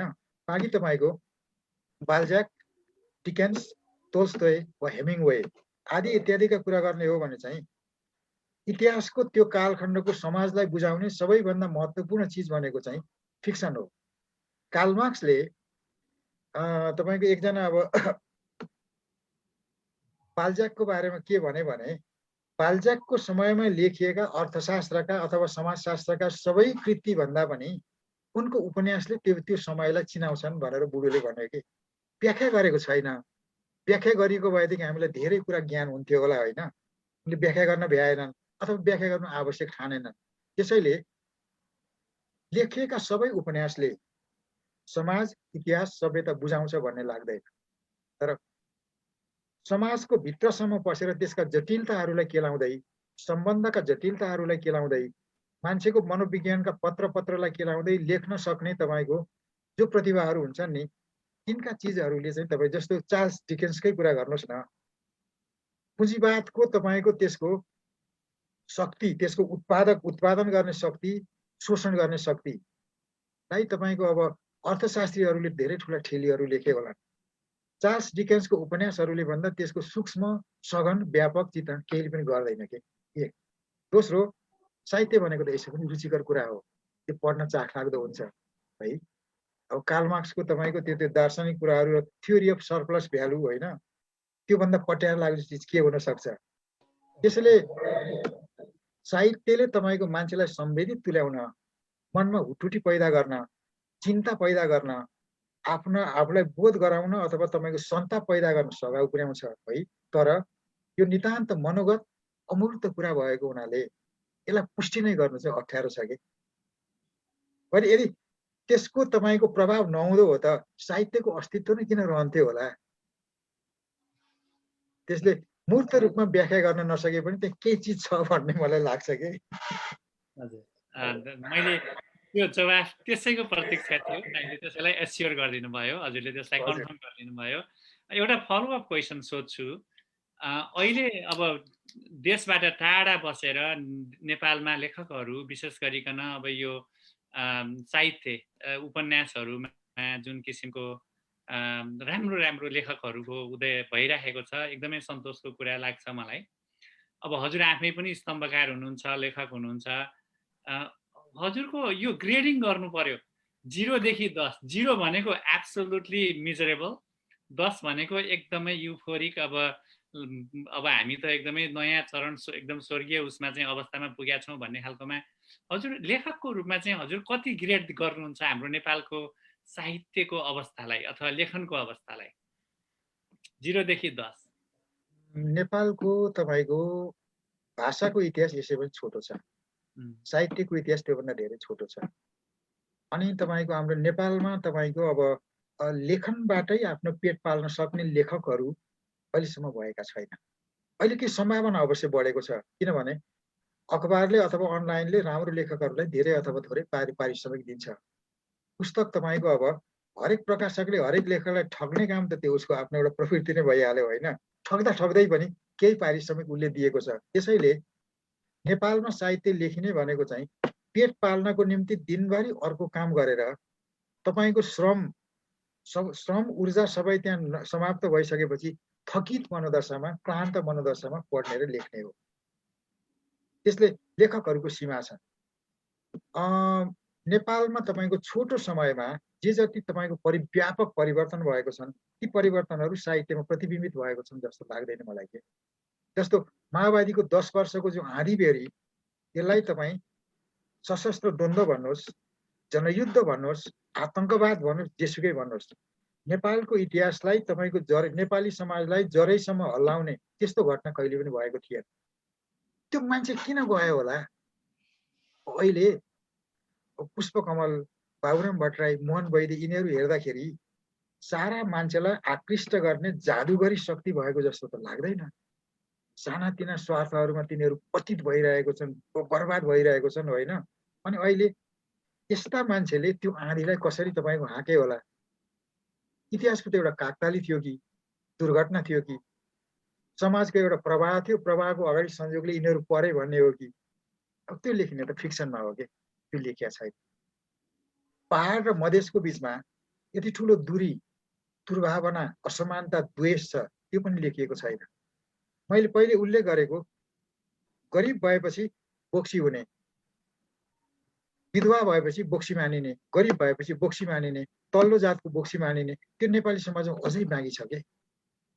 मात्रा भेद भयो होला, घटना घटेपछि त्यसमा विवाद हुन्छ, त्यो बेग्लै कुरा, त्यो अझै बाँकी छ। त्यसैले नेपाली समाजको विविधता, त्यसका जटिलता, विविधता र जटिलताले निर्माण गर्ने सामाजिक सम्बन्ध नेपाली उपन्यासमा प्रतिबिम्बित भएको छैन। अनि केही साथीहरूको असरमा नै हामी चाहिँ के भने सानो देश भएकोले, अङ्ग्रेजीमा लेख्न नसक्ने भएकोले, गतिलो अङ्ग्रेजीमा अनुवाद नभएकोले हामीले नोबेल पुरस्कार पाउन सकेनौँ भन्छन् नि, मलाई त बेतुक कुरा लाग्छ कि।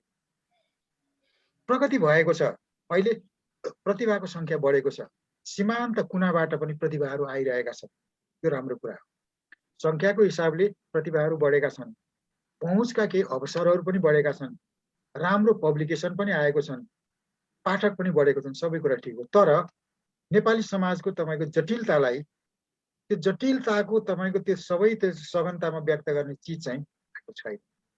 त्यसले नेपाली साहित्य चाहिँ तपाईँको यो नोबेल पुरस्कारबाट वञ्चित हो भन्ने मलाई लाग्दैन कि। तपाईँको त्यो हैसियतै नभइकन तपाईँले पुर्याउन आउँदैन कि। सानो सानो देशले पनि पाएको छ नि त, प्राय पाउने त पावरले पाउने हो होइन। किन तपाईँको नोबेल पुरस्कार पनि सैन्य बल भएको, अर्थबल भएको, ठुलो तपाईँको आकार भएकोले भुँडेले नै पाउने हो, तर सानो सानोले पनि पाछन् नि त। त्यसले हामी चाहिँ तपाईँको हेपिएर ठुलाहरूले हेपेर नपाएको चाहिँ होइन कि, हाम्रो मालै गतिलो छैन कि भन्ने बुझ्नुपर्छ भन्ने लाग्छ मलाई त। मैले फेरि रिमाइन्ड गराएँ, कति स्कोर दिनुहुन्छ 0 देखि 10? अब भन्न त झन् धेरै एक्सप्लेन त गरिसक्नु भयो। अनि अब यो चाहिँ धेरै अप्ठ्यारो कुरा हो। यो अब साहित्य आफै जस्तो भनौँ न, अब हामी कहाँ पनि विभिन्न पुरस्कारहरू छन् होइन। अनि अब पुरस्कार त एउटाले पाउँछ है, त्यो पुरस्कार पाउँदा पनि के भने त्यो आफ्नो मान्छे अथवा अलिकति चाकरीको भूमिका होला, आफ्नो मान्छेको भूमिका होला, पहुँचको विभिन्न कुरा होला होइन, सधैँ निष्पक्ष रूपले पाउँदैन होइन। तथापि 20-19 को भेद हुन सक्छ होइन। जसले जजहरूको दृष्टिमा जसले 19 नम्बर प्राप्त गर्यो बिचरा त्यो पछि पर्यो, 20 पाउनेले पुरस्कार पड्कायो होइन। त्यो 20 र 19 को जुन भेद छ नि, एउटा अमूर्त कुरा भएको हुनाले त्यो भेद त गणितीय भेद हुँदैन नि त, अब्जेक्टिभ गणित जस्तो हो त्यो है, म्याथमेटिकल कुरा होइन कि। त्यसैले अब यसको मैले नामै लिएर दिएँ भने म सडकमा कुटिने डर हुन्छ होइन। त्यसैले यति हो कि अब सम्भावना बढेको छ, नेपाली साहित्यले नेपाली समाजलाई चित्रण गर्ने चेष्टाहरू बढेका छन्। नेपाली समाजका तपाईँको नलेखिएका नदेखिएका कुनाकानीहरू आउन लागेका पनि छन्, यो आफै राम्रो कुरा हो। तर हामीले तपाईँको मानककै कुरा गर्ने हो भने अब संसारैभरि तपाईँको अब फिक्सनमा सबैभन्दा ठुलो मानक त तपाईँको लियो तोल्स्टोयले मानेका छन् सबैले होइन। तोल्स्टोयको अब वार एन्ड पिसको कुरा होला, अन्ना कारेनिना होला होइन। त्यसैले अब के कारणले तोल्स्टोय श्रेष्ठ भए भन्ने कुरो चाहिँ लेनिनबाट बुझिन्छ कि। लेनिनले तोल्स्टोयको यति उच्च मूल्याङ्कन गरे कि तोल्स्टोय त तपाईँको त्यो बेलाको अब ठुलो सामन्त हुन्, जिम्मेदार हुन्, उनको उद्भव जिम्मेदार हो, उनको जीवनशैली जिम्मेदार हो। उनी यति अहङ्कारी थिए कि त्यो मैक्सिम गोर्कीलाई उनले कति हेपे भन्ने कुरो मैक्सिम गोर्की आफैले भनेको छ होइन। तथापि रुसी समाज तोल्स्टोयका कृतिहरू रुसी समाज राम्रोसँग देखिने ऐना हो भनेर लेनिनले भने। लेनिनका उनी त तपाईँको अब उनका कमरेड पनि थिएनन् होइन, असिस्टेन्ट पनि थिएनन् होइन। त्यसले अब चार्ल्स डिकेन्सको कृतिहरूलाई सम्झने हो भने अथवा लियो तोल्स्टोय अथवा बाल्जाक अथवा डिकेन्स अथवा हेमिङ्गवे आदि इत्यादि सम्झने हो भने हामी अझै धेरै पछि नै छौँ। अब यो पछि भनेको 5-6 नम्बर त हामी पाउँला होइन, तर धेरै त्यहाँ पुग्नले धेरै नम्बर पाउन चाहिँ धेरै मेहनत गर्न बाँकी छ।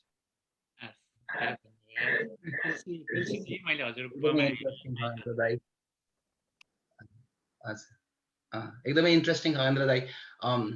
टोल्स्टोयको वार एन्ड पिस किनेको मैले 15 वर्ष भयो, मेरो यही दराजमा छ। अहिलेसम्म पढ्न सुरुवात गर्ने आँट गरेको छुइनँ, कुनै दिन पढौँला भनेर राखेको छु। गाह्रो के छ भने मैले पनि के भने औपचारिक रूपमा मैले पढि त सकेँ होइन। त्यो एउटा मान्छेका 3-4 वटा नाम हुन्छन् कि रुसीमा, सबभन्दा अप्ठ्यारो के। त्यसै पनि त्यहाँ त हजारौंको संख्यामा नामहरू छन् है। एउटै मान्छेको नाम 1, 2, 3, 4 वटा हुन्छ। पढ्दै गएपछि त्यो कुन चाहिँ हो भन्ने कुरामा यति ठुलो अलमल हुन्छ कि तपाईँको त्यो अलिकति त्यो फोटोग्राफिक तपाईँको त्यो दिमाग छैन भने, म्याग्नेटिक त्यो दिमाग छैन भने त्यो पढ्न धेरै गाह्रो छ। तर राम्रो कुरा के हो भने तपाईँले कमसेकम किनेर त्यहाँ राख्नु भएको छ होइन। कुनै बेला पढौँला भन्ने तपाईँको उमेद छ नि, त्यो नै ठुलो कुरा हो कि। वार एन्ड पिस पढ्न गाह्रो छ। Thank you. हामीसँग लगभग अब समय सकिएको छ। अब जाँदै म दाइलाई अब अरू केही प्रश्नहरू, अन्तिम एउटा प्रश्न केही छ भने सोध्नु होला, नभए म एउटा प्रश्न दाइलाई सोधेर अन्तिममा तारा दाइलाई ऱ्यापअप गर्न लगाउँछु। के भन्नुहुन्छ? ठिक छ। ल अब दादा दाइ अब अगाडिको बाटो के छ, के योजना बनाइराख्नु भएको छ, अरू कुनै लेखन तयारी गर्दै हुनुहुन्छ कि लङ प्रोजेक्ट छ कि फाइनल अब एउटा लङ प्रोजेक्ट चाहिँ गतिलो गरी लेख्छु भन्ने चाहिँ एउटा भनौँ न डेडिकेसनका साथ लाग्नु भएको छ कि के छ अगाडिको, अलिकति थोरै भनिदिनुहोस्, त्यस पछाडि तारा दाइले ऱ्यापअप गर्नुहुन्छ। अब म 75 वर्ष भएको है। अब नेपाली समाजमा 75 वर्षको उमेर भनेको त्यो के हो, निकै अगाडि मरिसकेको उमेर हो कि। त्यसले यो उमेर पाएको हुँदै गएपछि त्यो तपाईँको त्यो अनुभूत गर्ने गरी बुढो भइँदो रहेछ कि। तपाईँको स्मृति श्रृङ्खलाहरू भङ्ग हुन्छ। जस्तो तपाईँको नाम होइन, भोलि कुनै एउटा लेखमा मैले तपाईँको नाम लेख्नु पर्यो भने तपाईँको अनुहार आउँछ, इतिवृत्त सबै आउँछ, नाम चाहिँ आउँदैन कि। तपाईँको नाम सम्झन कहिलेकाहीँ मलाई 3 घन्टा लाग्न सक्छ। त्यो दिमागमा त के चिप्सहरू होला, त्यसमा के म्याग्नेटिक पावर होला होइन, त्यो खिँदै गएपछि त्यस्तो हुँदो रहेछ। अनि बुढो हुँदै गएपछि पढ्ने समय घट्ने, ग्रहण गर्ने शक्ति घट्ने, धैर्य घट्ने, त्यो परिकल्पनाशीलता सबै घट्ने भएपछि अब मलाई कुनै ठुलो त्यस्तो विशिष्ट किसिमको चिज लेख्ने आकाङ्क्षा, साहस, योजना मसँग केही पनि छैन। एउटा प्रकाशनले मेरो सबै रचनाहरू अर्को एक वर्षभित्रमा सबै रचनाहरू छाप्ने योजना गरेका छ। अनि मैले सबै चिजहरू हतारमा लेखेँ कि। एक किसिमले त्यो हिँड्दा हिँड्दै पुलिसले लखेट्दै के गर्दा गर्दै लेखियो होइन। अनि अहिले मलाई फुर्सद छ, पुरानो सबै रचनाहरू म दोहोऱ्याइरहेको छु। त्यो रचनामा तपाईँको त्यसको आधारभूत चरित्रमा चरित्र फरक पर्ने गरी सुधार गर्नु भने त्यो त बेइमानी हो। किनभने म त्यही बेलामा परिमार्जित थिएँ भनेर देखाउनु चाहिँ त्यो ढोङ हुन्छ होइन। तर कतिपय वर्णन लम्बेतान भएको त्यो विरोधाभासी कुराहरू के सानोतिनो म सम्पादन गरिरहेको छु र थुप्रो काम छ। 1 वर्षको काम त्यही हो। बाँकी अरू चाहिँ तपाईँको केही अनुवाद गर्नु पर्ला भन्ने केही चिजहरू मेरो मनमा छन् होइन। अब त्यो धेरै जाँगर चाहिँ अब छैन। बुढो हुँदै गएपछि पर्यायवाची शब्दहरू बिर्सँदै जाने, अनि त्यो एकदमै परिचित भएको, दखल भएको, अनेकौं पटक प्रयोग गरिएका शब्दहरूमाथि पनि तपाईँको संशय शङ्का उत्पन्न हुने। त्यसले मेरो चाहिँ त्यस्तो विशिष्ट तपाईँको प्रश्नको अपेक्षा अनुसार सुनाउन लायकको विशिष्ट योजना मसँग छैन। सामान्य दैनिकी मात्रै छ कि। ठिकै छ दाइ, धेरै राम्रो कुरा भन्नुभयो। ठिक छ, यहाँसम्म आएर यति समय दिएर यहाँसम्म आएर हामीलाई यति राम्रा कुराहरू भन्नुभयो, हामी धेरै आभारी छौँ। तारा दाइ, अब यसलाई हजुरले नै ऱ्याप गरिदिनु होला। तुलसीजी धेरै धन्यवाद। अनि असाध्यै राम्रो कुराकानी भयो।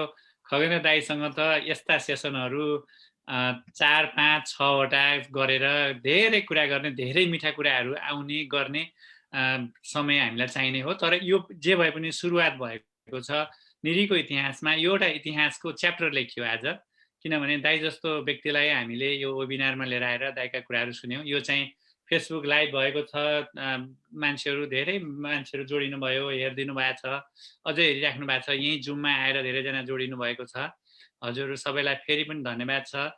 हेमराजजीले हात उठाइराख्नु भएको छ। म के गर्छु भने हामी यो फेसबुक लाइभ एन्ड गरेपछि पनि हामी एकैछिन जुममा बसौँ, दाइसँग अलिकति कुरा गरौँ, एकैछिन गफगाफ गरौँ। यदि त्यो हुन्छ भने राजेन्द्रजी हजुरलाई पनि मैले त्यही अनुरोध गरेँ, हामी त्यो गरौँ। र हजुरहरू कोही पनि ननिस्किनु होला। म सबैजनालाई हजुर आज जो जोडिनु भयो फेसबुकबाट जुममा, हजुरहरू सबैलाई फेरि पनि धन्यवाद भन्दै, अनि खगेन्द्र दाइलाई एकदमै निरीको तर्फबाट धेरै धन्यवाद, धेरै कृतज्ञता ज्ञापन गर्न चाहन्छु दाइ। हजुरलाई धेरै धन्यवाद। अनि हजुर, म यसलाई लाइभ बन्द गर्छु।